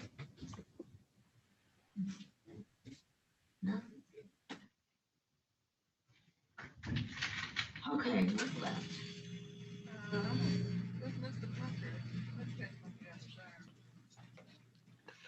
Where's the sentencing we were supposed to be doing?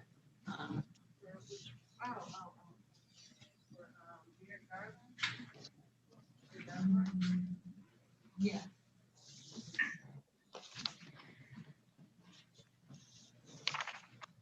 No, that was it. The one that we had pre- Was it Garvin? Yeah, because I want your turn. No, it was the sentencing report on the violation. It's on Mr. Ward. Garvin is not. Garvin already concluded. We finished Garvin. No, he's here. He just had to go over the pre-sentence report. There are corrections that he needed to make.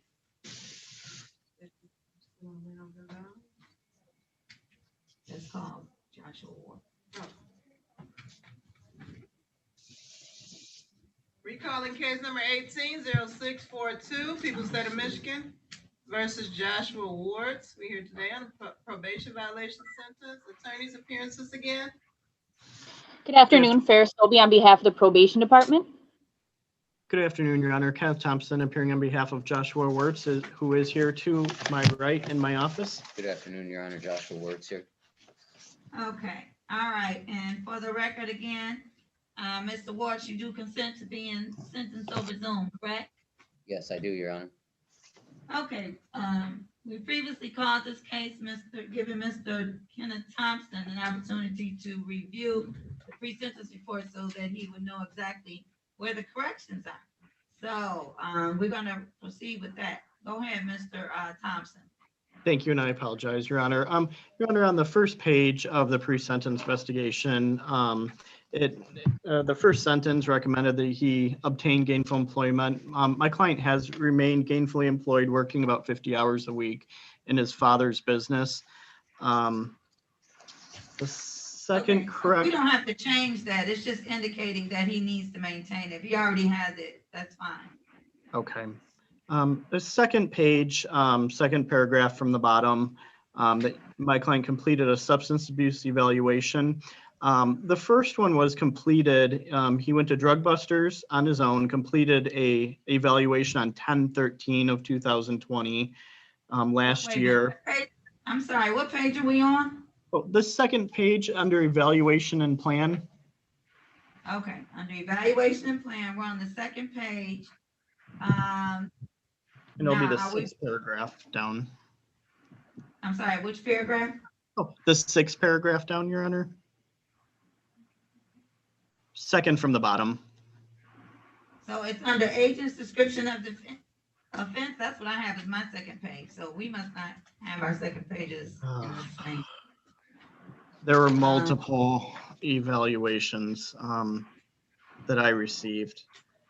Okay, the one that I'm looking at that has evaluation and plan at the top starts with attached here to and made a part of the pre-sentence which was completed on 3/5/18 for the Honorable Paul John Kuzic. Are you referring to that one?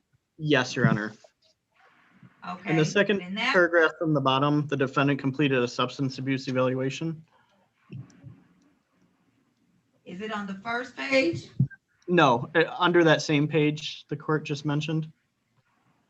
Okay, under that same page, that's the first page. Correct.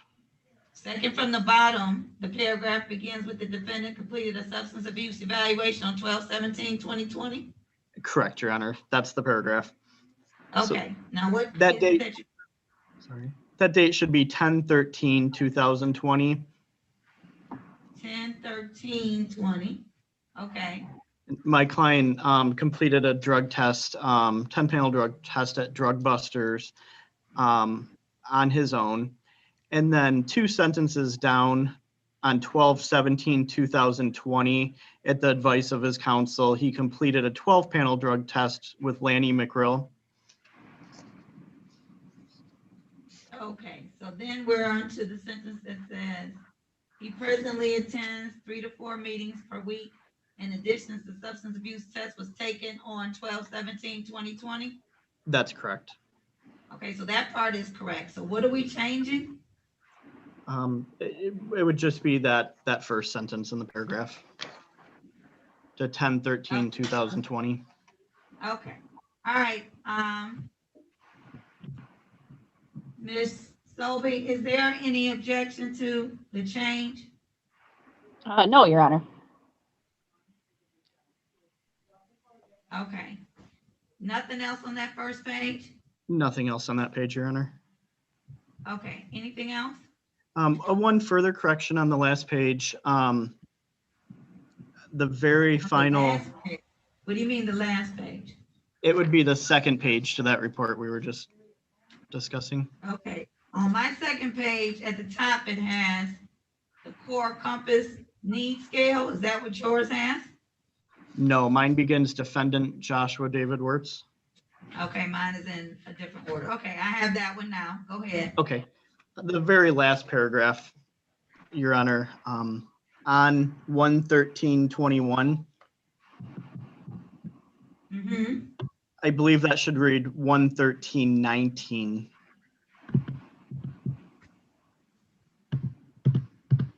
Ms. Sobey, do you have any reason to believe that's not correct? I'm looking to see where that is in this same report. It's Oh, is it the on 1/13/2020?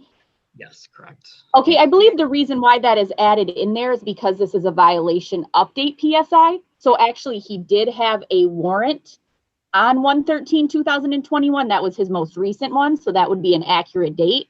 And it's just saying that he had his sentencing scheduled for today.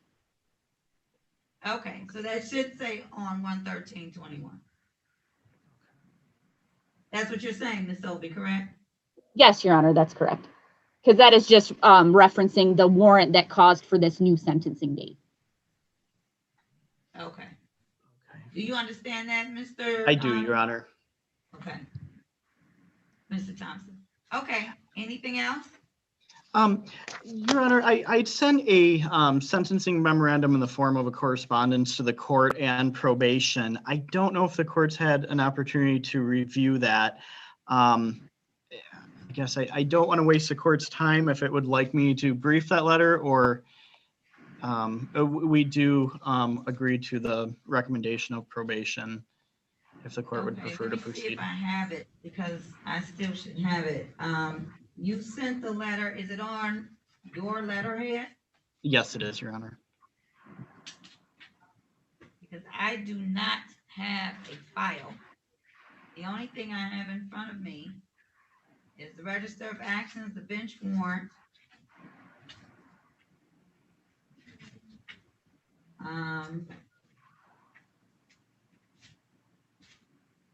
And the PSI.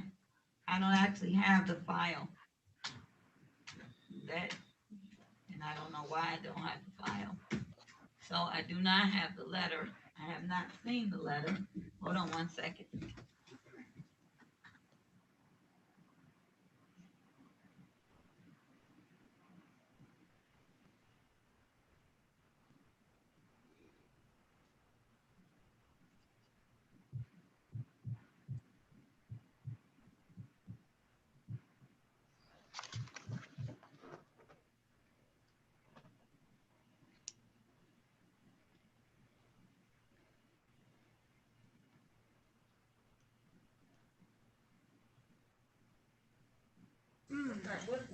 All right, Mr. Thompson, we're looking to see if we can find the actual file because I do not have the letter.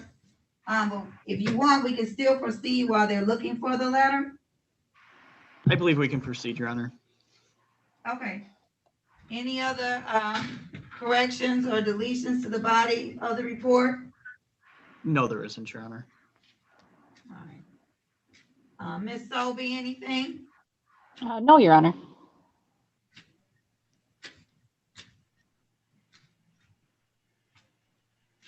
Okay. Are there new guidelines as well?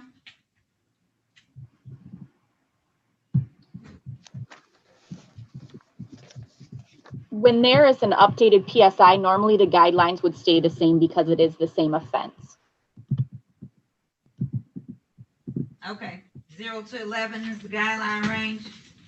It looks like in this PSI, it says the guideline range is 0 to 3. Right. I'm just reading off that PSI though. On the guideline sheet that I have, it has 0 to 11.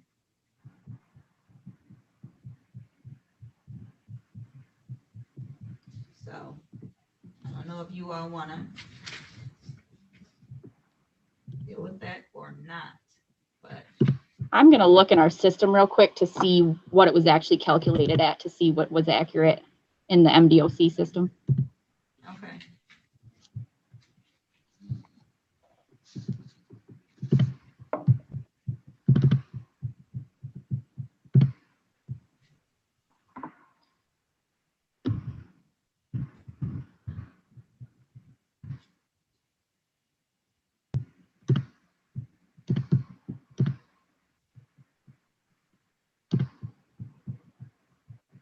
Yes, it looks like that must be an error in the PSI because our system does say the sentencing guidelines is 0 to 11.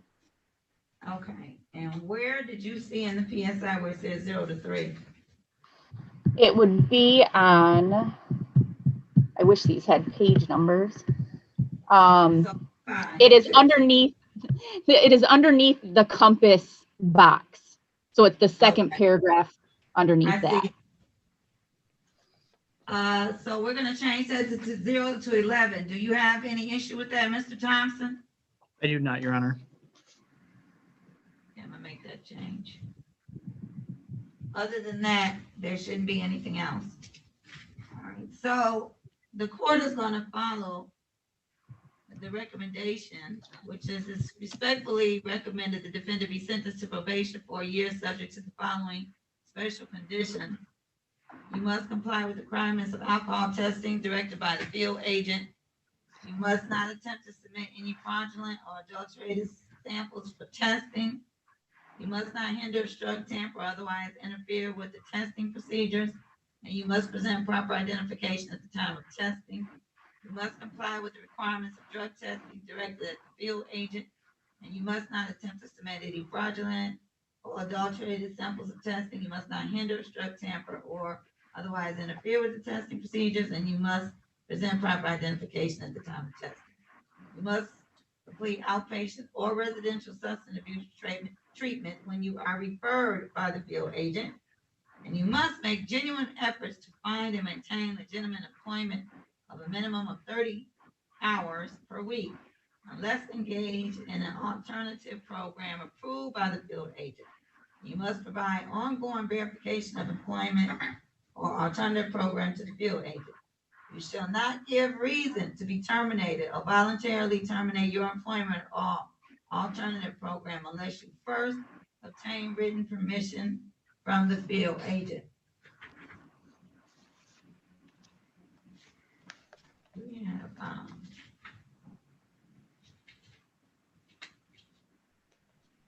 now, Ms. Sobey, I know this is a sentencing with respect to probation violation. There's no mention of cost and fees on here.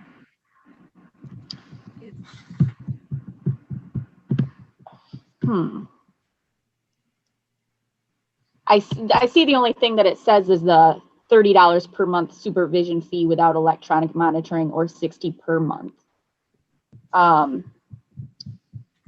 It seems like they would want to keep the previous fees that were fees and indicated. costs from the original sentencing, yes. And That Your would Honor, make sense. my understanding is that fees and costs have been paid. The balance, we believe, is at zero from the previous charges. All right, then what I'll say is, if the fees and costs have been paid, then, I assume there is nothing else. However, he is on probation, so it should be some kind of. I believe, looking at the balance, it looks like on Odyssey, he has a balance of 92 cents. He has paid all but the 92 cents. So it seems like the only fees that he would have would be the MDOC supervision fees to continue his probation for the next year. Okay, so the court will order the continued MDOC supervision fee. Do you know what that fee is per month? It is, if he is just being supervised, it is $30 per month. If he ends up having an electronic monitor, like a tether, it would be $60 per month. Then this will be $30 because there's no indication that he has a electronic monitor. Yes, that is correct. 92-cent balance. So that being the case, that's all there is. Right, anything further? Nothing further, Your Honor. No, Your Honor. All right.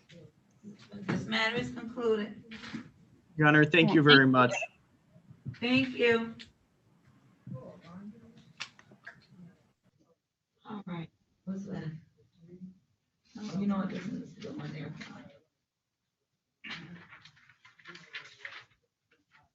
That was one. I see you have Gonzalez left. And then I don't- Okay, Gonzalez. I think that's the last matter. Mr. Cobb. How Good are afternoon. you feeling? How are you? Oh, Mr. Cobb, your phone is terrible. Oh, this is my computer. You hear me? Yeah, it's freezing up a little bit, but I can hear you now. Okay. Okay, Ms. Cobb, I think there are only 2 matters left anyway. I believe that's Carmia Gibbons, is that? No, that one is going on for 223. Oh, that's adjourned? Yeah. 223. But Darren Reynolds. So it looks like we only have Gonzalez. Gonzalez, but then you got Reynolds on yours from Judge Parker. I do not. Wait a minute. I do not. Yes, I do. Calendar conference. I don't see. Isn't that Mr. Parker's case? Yeah. Yes, but he's not here, so you might have to give Mr. Parker a call. My clerk can call Mr. Parker, but for now, let's do Gonzalez. Okay.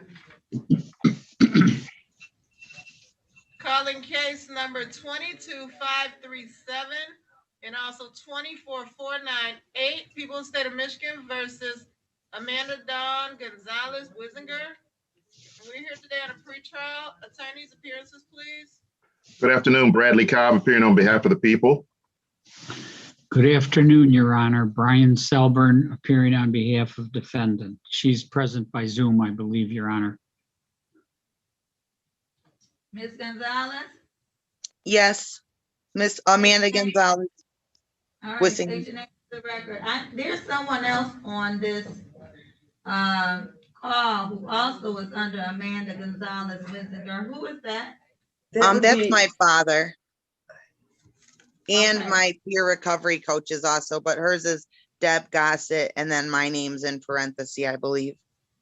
Okay, your father needs to be on live stream and not in the meeting, okay? So, Mr. Mr. Gonzalez. Log off, and you have to go to live stream next to my name. You're not a party in the case. Okay, I know it might take you a minute. All right, so what are we doing on Ms. Gonzalez? Well, I can tell you what we're not going to be doing is we're going to be one of those cases that does not ask for an adjournment. Good. We've during a plea, Your Honor, but we're also asking for a Cobb's evaluation.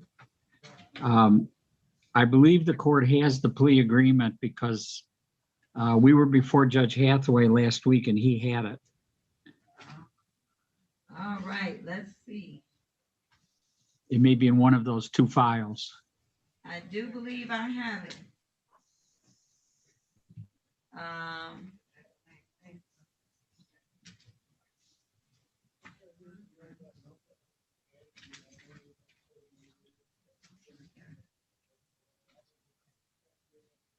Mr. Cobb, do you have that plea agreement?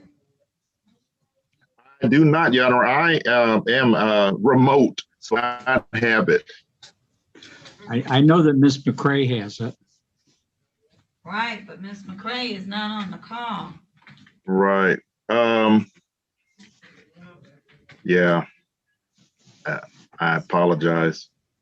Judge, I've been waiting 2 hours now. Yes, I understand. What I'm gonna do is, Mr. Cobb, can you receive, do you have it, we're gonna email this to you so you can look at it, okay? Okay. I don't wanna hold this up any longer. So. Can I give you? What's your email address? The one that will get here quicker, Your Honor, is Mr. Cobb 9, mrcobb9 @gmail.com. Okay, I'm gonna repeat that back to you. mrcobb, COBB9, the number 9, @gmail.com. Is that correct? That is correct. Okay. Now, I'm assuming since you're the docket attorney, you should be familiar with the case anyway. So if I send this over to you and you say, oh my God, I didn't do this offer, then we'll have an issue. Yeah, I believe it's two OWIs and one of this, there's a child abuse charge for having her daughter in the car. That's the one. That is correct, but there's one on the plea agreement. There's one. So one has been dismissed, I'm assuming. So I'm going to send it over to you now. Okay. Thank you.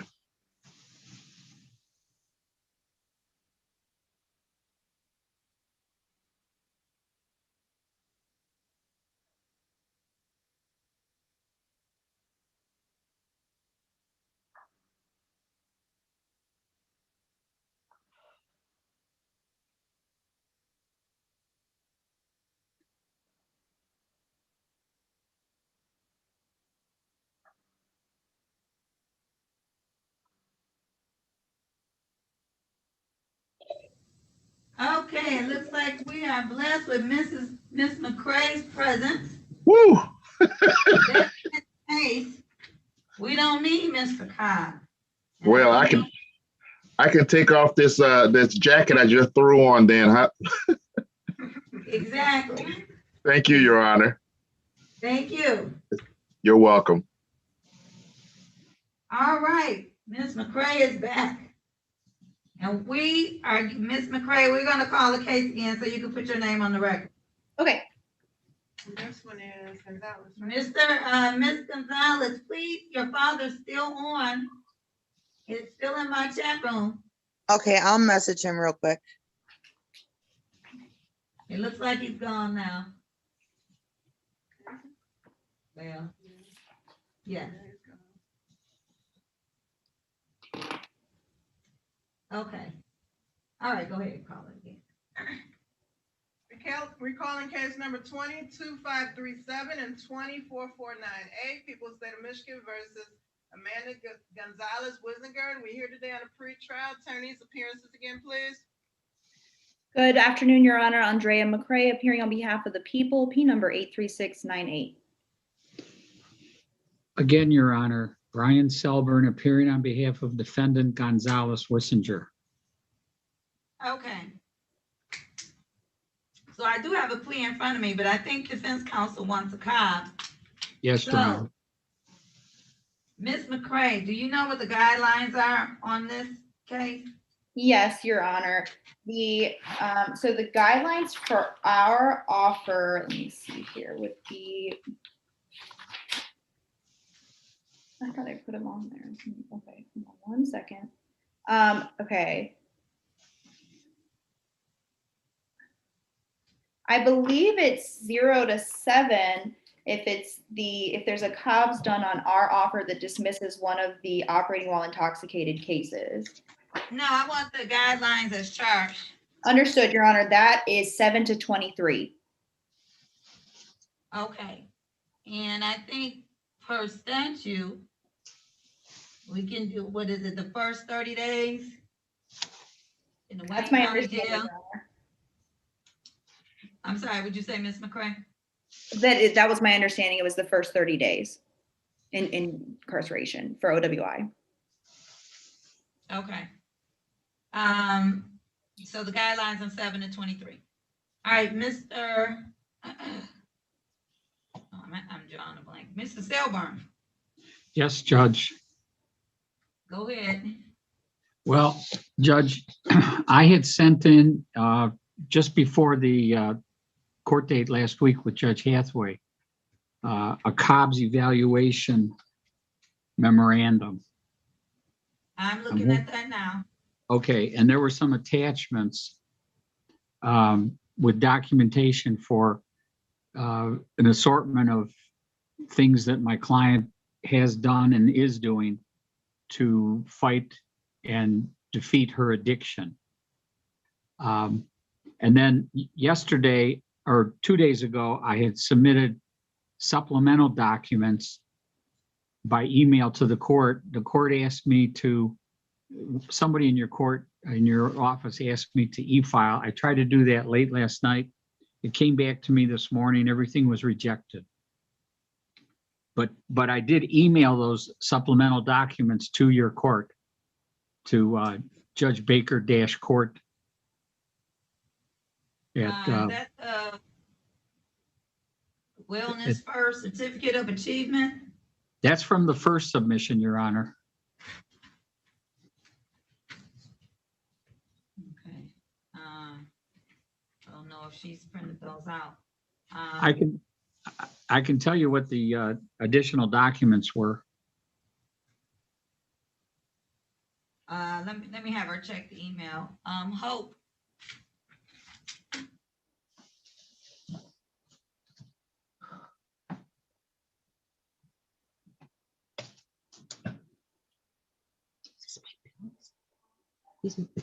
I'm on. You said they were emailed last night? 2 nights ago, I think, 2 days ago. And then I tried to e-file it yesterday, but it was unsuccessful.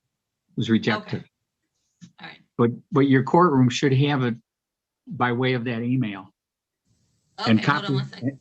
and Ms. McCray was copied on that. Okay. It was, yep.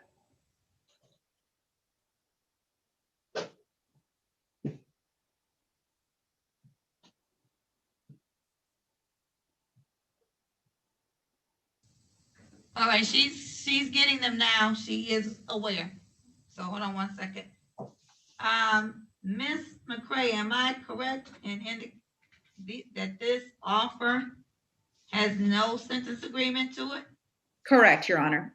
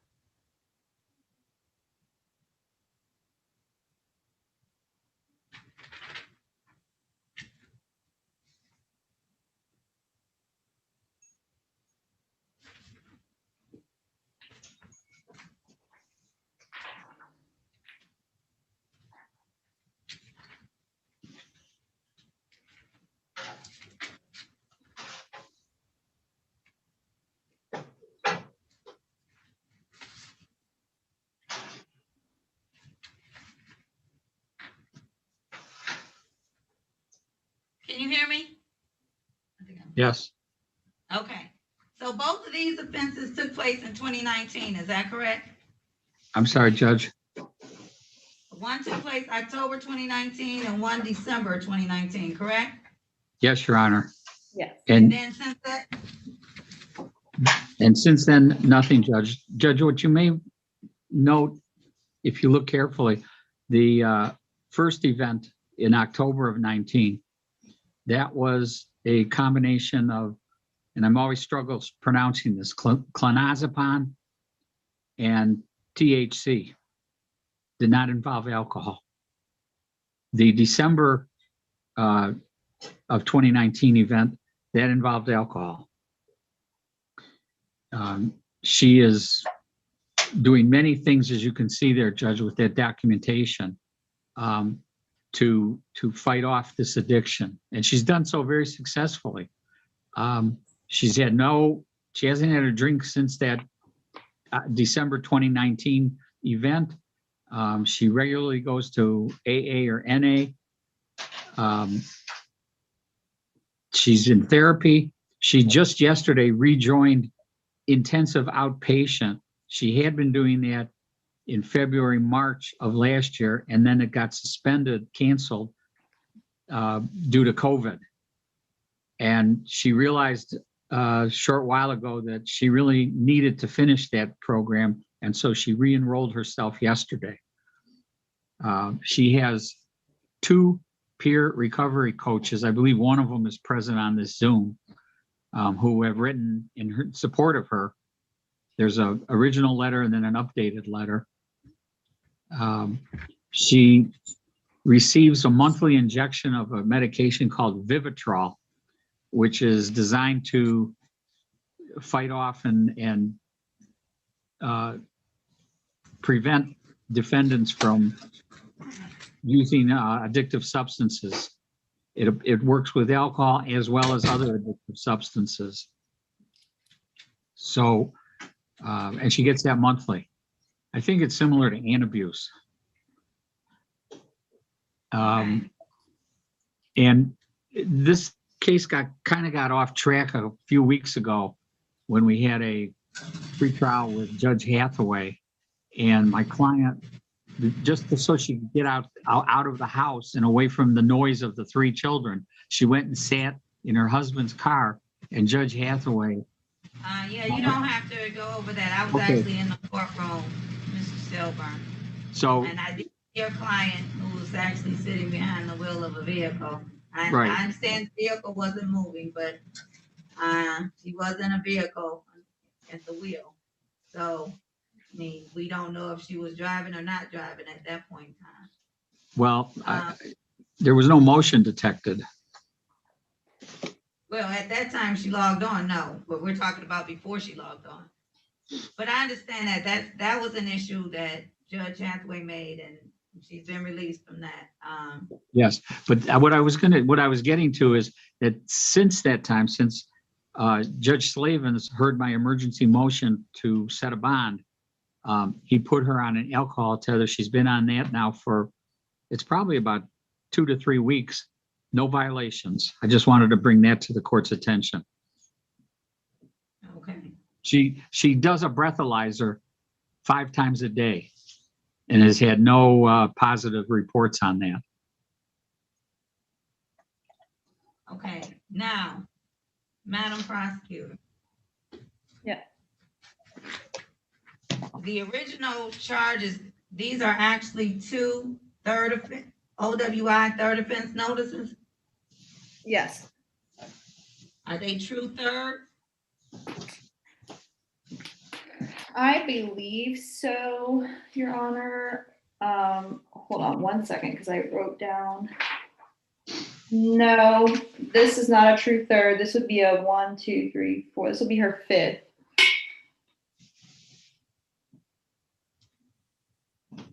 Okay. So, she had one in 2012, correct? Yes. 2003? Yes. Wait, what am I missing? an OWI in 2001, an OWI in 2011.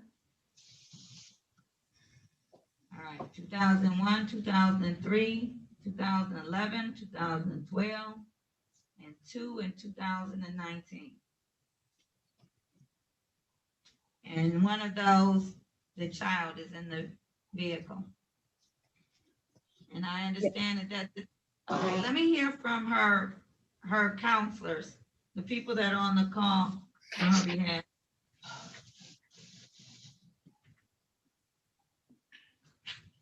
My name is Deborah Gossett. I am a peer recovery coach with Wraparound, working with Amanda.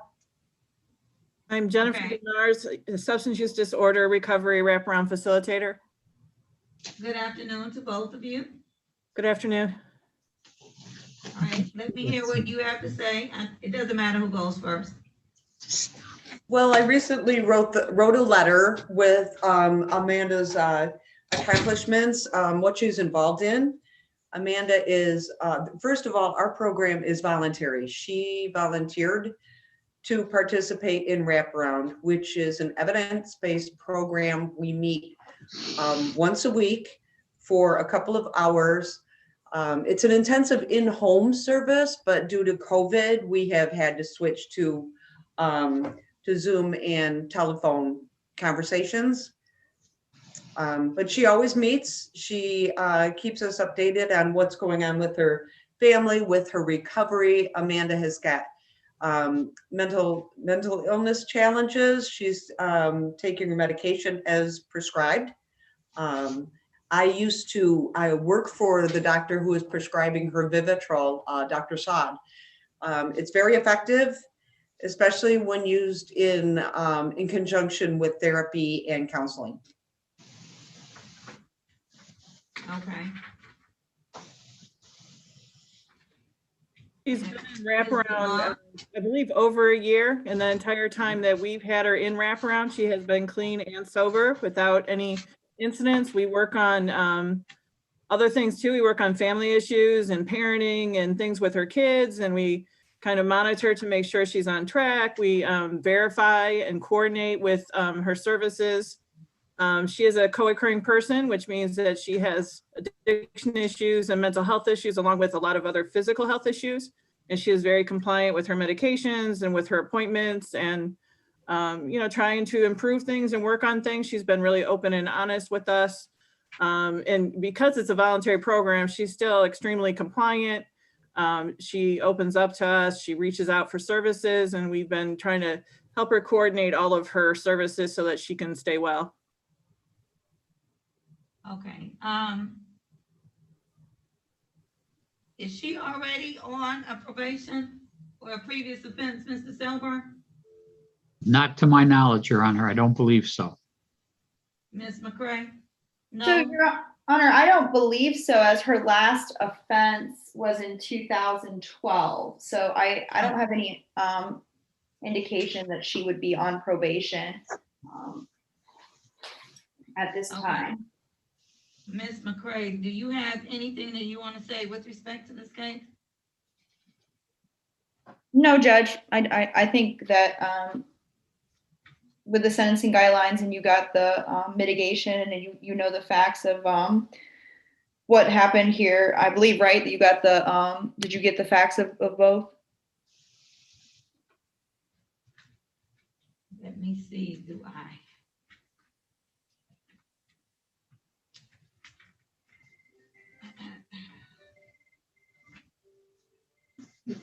have the investigator's report from the incident that took place on October the 7th. Okay, Judge, just briefly concerning the December 29th, 2019 incident, she's alleged to have crashed her car into a ditch. A witness called 911. The BAC was 0.10. She had admitted to having shots of liquor and was the driver. She failed the field sobriety test. So that's just the facts, the allegations, or however we want to put it at this point. But I will note too that it's been some time where there hasn't been any accidents, and does seem like she has been really trying to improve her life. Okay. All right. Well, normally, I probably would have sentenced her within the guideline. However, Ms. Gonzalez Winsiger does have two individuals, namely Ms. Gossett and Ms. DeMars, who have appeared today to speak on Ms.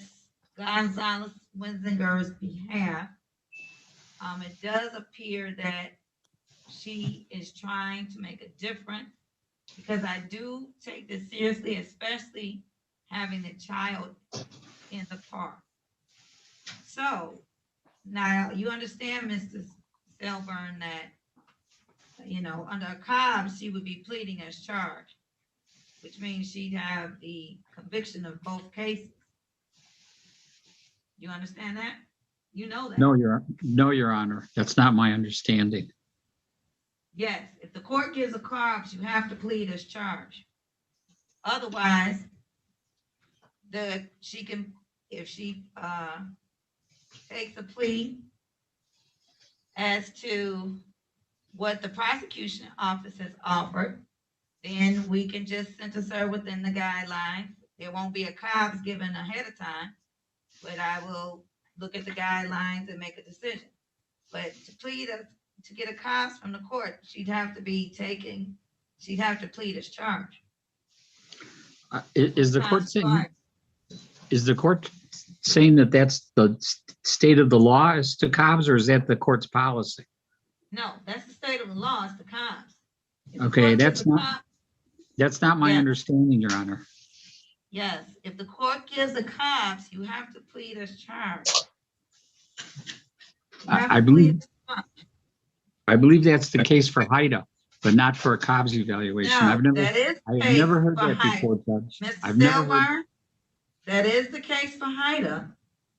But in order to get a Cobbs, the court does not have to, that is the whole reason that we can, if the prosecution office did not give you a good deal and the defense comes to the court for Cobbs, then we can basically supersede the prosecution office, because we won't be dismissing any charges. Thus, the court can give a Cobbs to what it wants to do, because the defendant is playing as charged. Look up the case.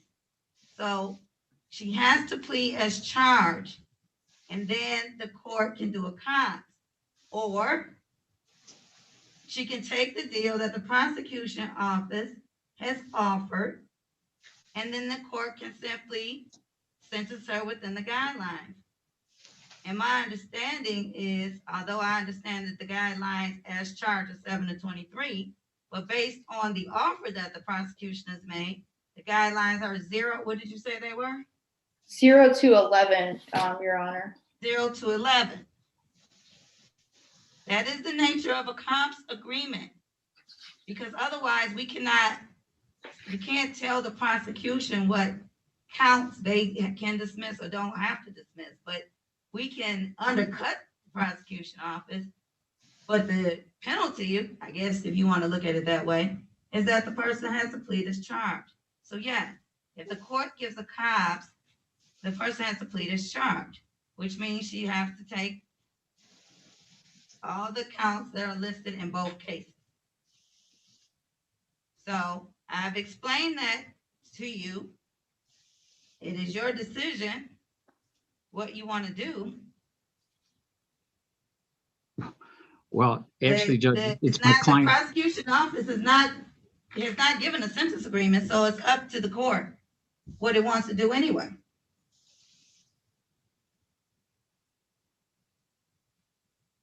Is Your Honor asking me to respond?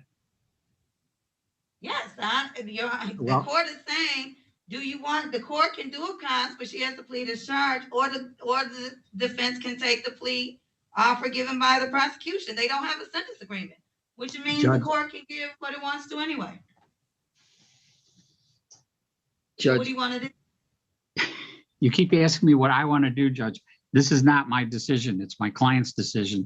I can confer with her. I can give her my recommendation and my advice, but it's ultimately going to be her decision. Well, Mr. Selburn, clearly the court understands that it's your client's decision. I would have thought you would have discussed this with your client prior to coming to court. If you would Judge- like, I can put you in a breakout room. Do you want to do that? Judge, I'm just, with all due respect, Your Honor, this is the first time in all my years of practice that I've ever heard that a court has told me that it's either an as-is charge for a Cobb's or not. I've never encountered this before, Judge. Now, maybe it's most. Maybe you should read the case law, Mr. Selborn. But I'm not going to go back and forth with you.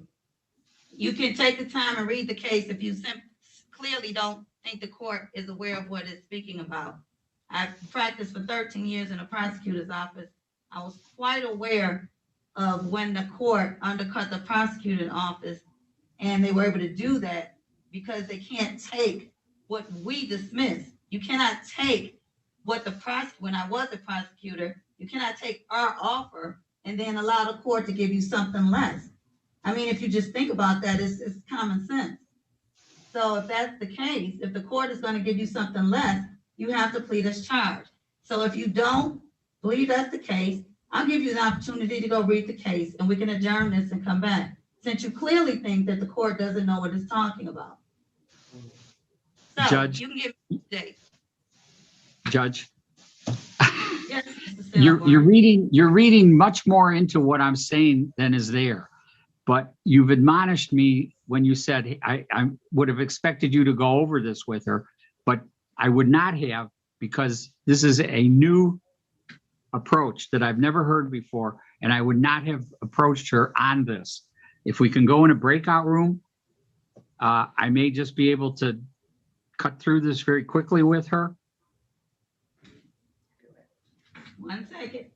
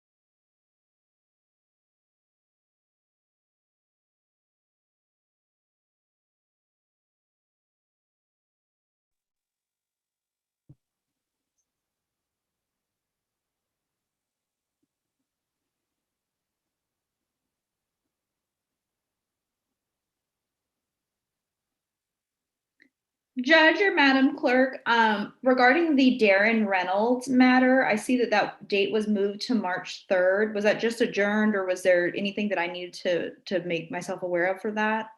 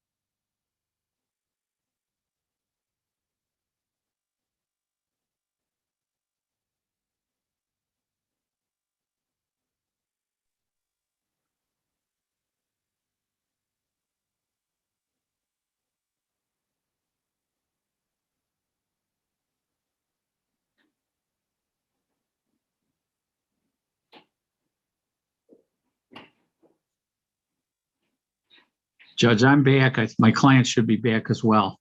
We're ready to proceed.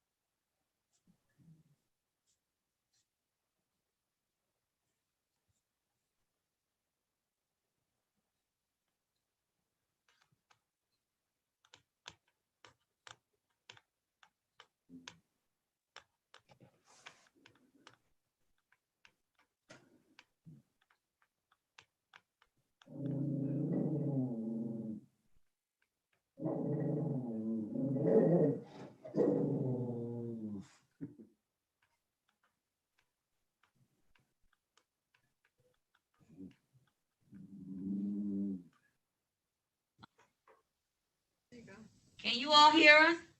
Yes. Yes, Judge. Yes, Your Honor.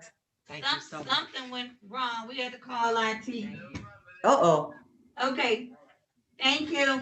Okay, we're back on the record on, People versus Gonzalez. Wissinger. Appearances. Good afternoon, Your Honor. Andrea McCray appearing on behalf of the people, P number 83698. Ms. Again, Silver. Your Honor, Brian Selburn, P29749, representing defendant. And Ms. Gonzalez Wissinger is also back on the call as well. Is that correct, Ms. Gonzalez? Yes, Your Honor. Okay, so what are we doing? Judge, we'd like to proceed with the people's offer, with the plea as outlined on the plea form. Okay.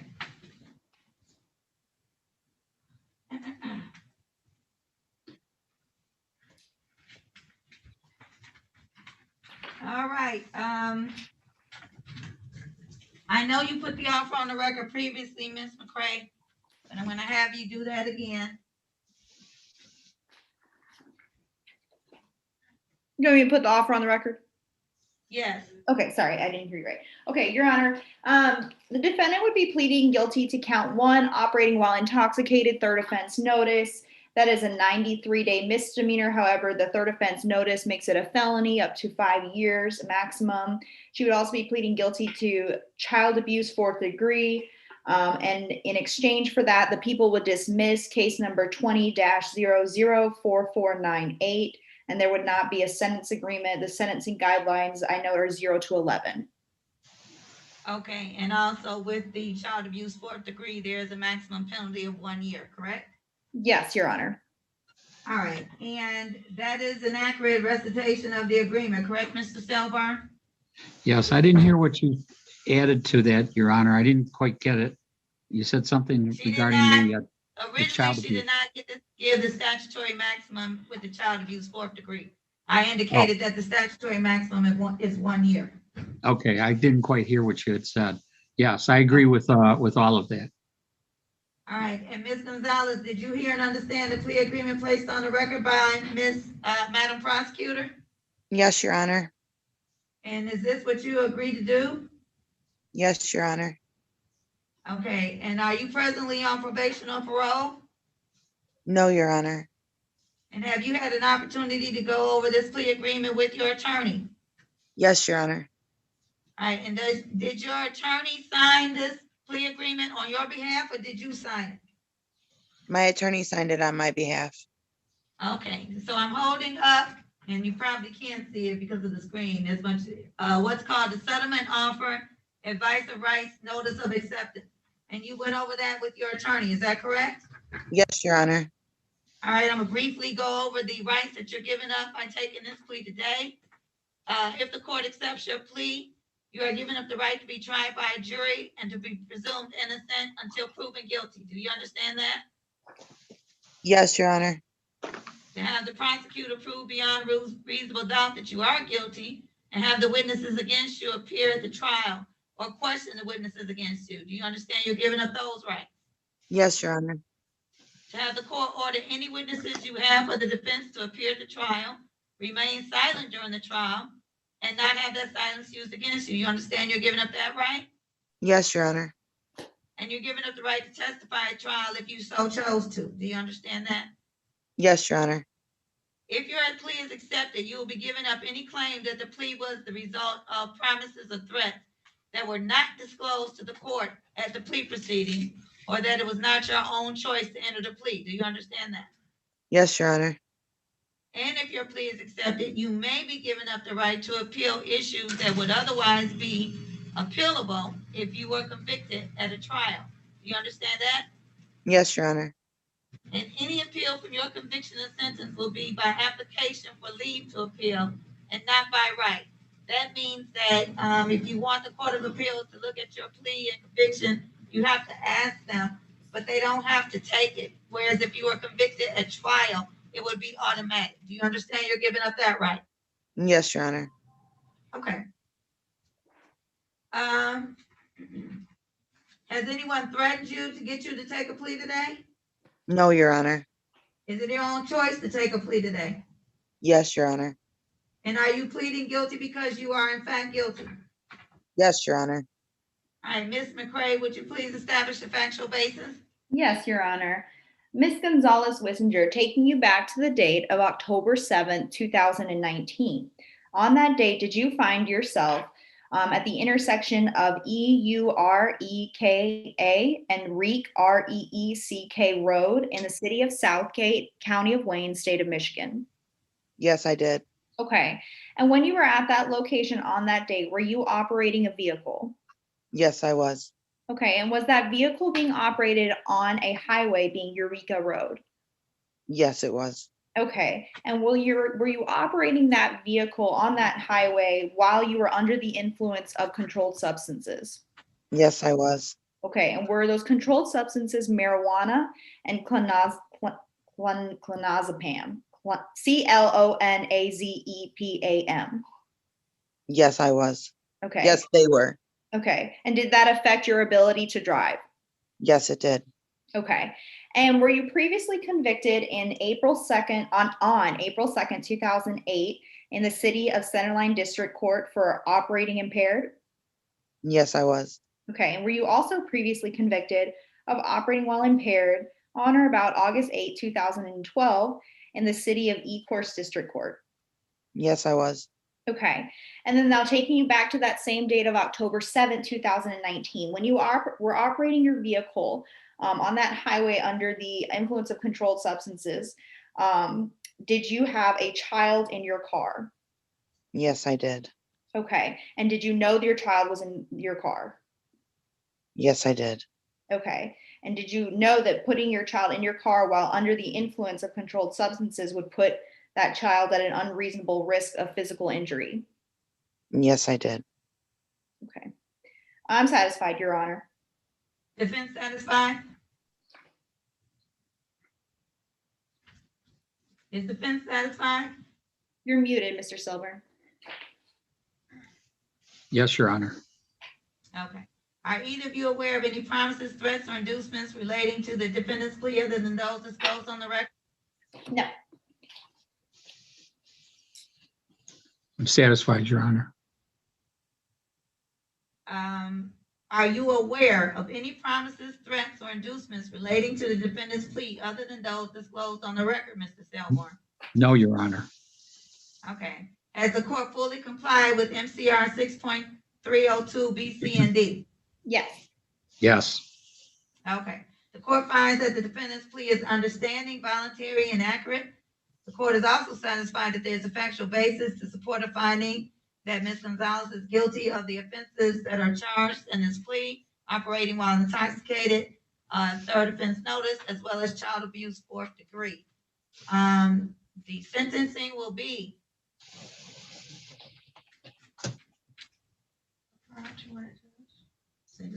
she's out, so.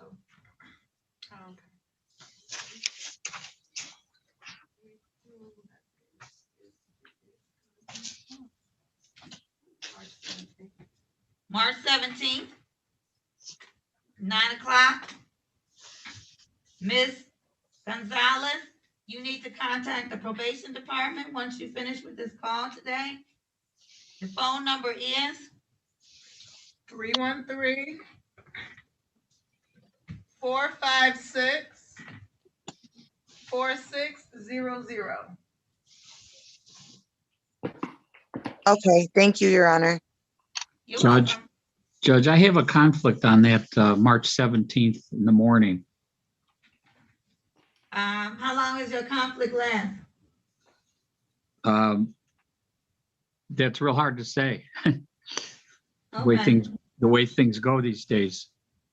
Okay. What's the March 24th? March 24th.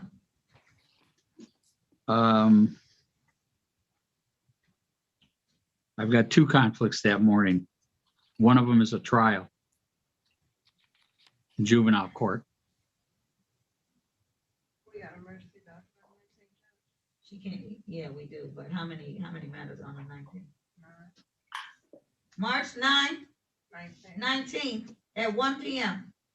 19 Yes, at 1 p.m. correct. I have something at 1:30 that should go fairly quickly, Okay, Your well, Honor. Mr. Selburn, at this point, I'm gonna pick a date and you can have somebody stand in. It's gonna be, March 19th at 1 o'clock. Okay, Thank you. This matter's concluded. Thank you. Thank you, Your Honor. Have a nice weekend. You too. Madam Clerk, you should have received the pre-sentence investigate. Oh, you already, Your Honor already said she I had it. have it. Okay. Yeah. Judge, Thank you, one, Ms. McCray. one question is my client still going to be able to get a hold of probation at this late hour? I know she's If supposed to she call isn't- today. If she isn't, I don't think probation closes until 4, but if she does not, she can call first thing in the morning. That would be Monday then. Okay, very well. Yeah, but try to get a hold to him today, Ms. Gonzalez, okay? Okay, I'm calling right now. Thank you, Your Okay. Honor. Have a good day, Ms. Gonzalez. I believe that is it. Thank you, Your Honor. Have a good weekend, everyone. Thank you, Your Honor. You too. See you guys next week.